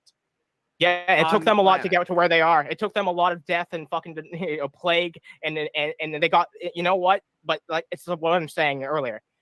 They deserved to make their own mistakes, not have mistakes made for them by foreign influences. Well, I don't know what the solution is, Dave. I don't know what the solution is. All I know is it was wrong. The solution is do nothing. Either they'll figure it out themselves, or unfortunately, one side's got to go. If we're going to truly do nothing, then we need to actually do nothing. We can't just exploit and not help. Like, if we're going to have a relationship with these countries that's going to be like this weird parasocial thing, we at least need to provide some level of support to them. I would prefer that the United States stay to its own, take care of its own fucking shit, and as much as it sucks that we just left a fucking massive mess in the Middle East, we need to just let the Middle East fucking work its own shit out, so that hopefully, eventually, things will change there. It's not going to change there with foreign interference. There's things that, you know, private citizens can do, like offer aid and relief. I'm very, you know, I support people I support charities like Charity Water and shit like that, where it's like about getting help for people in these foreign countries. But like, I don't think it's our government's job. Our government needs to take care of our people. They're fucking starving, homeless fucking people in this country. And there's some places in the world where people live better on our dollar than we do, and it's our tax dollars. That's so not very good. Not very good. So, yeah. Alrighty. You want to call it a debate there? Yeah, I guess that was more of a conversation than a debate. Well, I'm not against it. I'm not against it. Thank you for the discussion. I appreciate it. Alrighty. Yeah, you should. You know what though? You should have me on here another time. I'd love to talk about some videos with you and see where we disagree on some shit. Because I guarantee if you put a video in front of us, that'd be interesting. Alrighty. Well, I'll see what I can do. All right, man. Alrighty. All right, I guess that's where we're gonna end this. So I'll be back in a little bit with another stream, and thank you for coming on, Underhaven, and I will see everyone later. No problem. You have a good night. Yep, you too. Dave did his games and queer after this. No, of course. So yeah, that's it. I've got the super fucking short clip because I tried to find the context because I mentioned in the last stream that fucking Jake talked about Underhaven once, and and it was very fucking brief, and like apparently that original stream got fucking taken down. So yeah, the only fucking surviving clip of it is actually through Dave's channel, and I wanted to check that out with you real fast, and after that we'll wrap this shit up. This is only like 1 minute long. But yeah, Dave actually comes to my defense because according to Dave, fucking Jake was coming after me or some shit. I don't know the fucking context of this. So we'll just take a look at what little context we have. Let's see. I can teach you how to make this. I could literally do this. He ended that stream I sent by giving a direct speech to Jake, but I'm not going to lie, Jake. It didn't feel worth mentioning because he's a broken record. Underhaven was just a different person for once. Oh. You hear that? Underhaven was just a different person. I really want to know the fucking context of that. He ended that stream I sent by giving a direct speech to Jake, but I'm not gonna lie, Jake, it didn't feel worth mentioning because he's a broken record. Underhaven was just a different person for once, LOL. Argonian bum. Oh, it's right there in the chat. I didn't even realize that. I was trying to find that. That was exactly what I was trying to look for. Yeah, I don't know what that was fucking about. Because yeah, like there was a part in my conversation with Iron Gullet. I mean, it was Dave's conversation with Iron Gullet after he had already opened it up. Where like, yeah, I did call out Jake for something, but I mean, look, that was the first time I ever fucking met Argonian Bum. So I don't know why like they thought I was like a different person or something. I don't know what the context of them saying that is. You're the same person. Like honestly, it might be because you did call out Jake on valid criticisms. And yeah. You've got to remember there are some Jake people that don't know what a valid criticism is. I mean, understand. It's just like any fan base is gonna have that. That's true. Yeah, like Dave's chat is more full of it than Jake's is, however, comma space. Like you're gonna get it on both sides. Yeah, that's fair. And there's gonna be a lot more of it in Dave's for sure. But yeah, look, I don't know. Because like that same person like said that I had much more valid criticisms of you know I'm pretty sure they considered my criticisms to be fairly valid or said something similar along those lines. So I was surprised to see them say this, but I don't know. Of course, it's much easier for some people to play both sides of the coin. Yeah, that's fair. Yeah, that does happen a lot. Maybe I'll try and ask them about that at some point because yeah, that's a little bit inconsistent. Yeah, because if they were supporting you when you brought up those valid criticisms, but then they jump into Jake's chat and they're just like, well, they were such a different person than I expected. Like, no, there's obviously fundamentally something wrong with the way that you approach people because you should be consistent on all sides. Yeah, no. I mean, yeah, I definitely like to get to the bottom of that. But no, I'm glad you pointed that out because I was just trying to. That's literally the only reason why I was trying to get that stream because I wanted to see like the full context of that comment being made. So thank you. Why are you going after Underhaven? Yeah. Let's start shuffling through his beard again. Anxiety shuffle. Of course not, because you know I'm right. You know the State Fair lemonade broke you. All right, yeah, that's all there is to it. And he starts bragging about his State Fair lemonade. All right, I think that's a fucking. That's a show. Yeah, that's a show. Next time, put that stuff. Oh, there it is, right there. Yeah. One last time, if you guys want to go support this, it would mean a whole lot if you would support this lovely lady who helps co-host here. Yeah. So, part of the reason why we have the PayPal pool open and the Cash App open is because Small Human He's nonverbal autistic. He takes 20,000 steps a day before lunch. So he never feels full. And we're going through like $50, $60 of groceries a fucking day because we're living out of a microwave in a hotel. So if y'all could help with that, I would love y'all forever. Hell yeah. It's fucking expensive keeping up with his fucking food needs. God I can damn. only imagine, yeah. Alright, guys, drop a like if you fucking like this shit. It would mean a whole lot to me. I'm gonna start doing more like vlogs and under the hood and shit like that. So there's always, if you guys want to check out the fucking Patreon, you guys can check that out. Next time that we do a fucking live stream, you guys can expect to see a more regular show. We're done covering this fucking Dave debate shit. It's been a nice little saga, but I'm ready to get back into regular content. I've already got an entire show's worth of content that we can talk about. So hopefully on hell yeah. Saturday we'll be able to do a regular show. And thank you guys very much for watching this shit. I'm trying to remember. Oh yeah, join the Discord too if you're not in there. It's a beautiful place with beautiful people. I think that's it, right? Is there anything Yeah, else? sounds about right. I Do you mean, have anything coming up that you'd like to talk about? I'm going to do my best to try and get some sleep because some of y'all don't know this, but I have difficulty with that shit. I get like maybe 2-3 hours a night. So I I'm have gonna try and get difficulty some sleep. sleeping too. And then I'll probably do some sort of stream in the morning again. All right, you rest well, and thanks for everyone who showed up and dropped a like or just fucking said something in the chat. You're all beautiful. Thank you guys very much. Have a good night. Bye. Bye.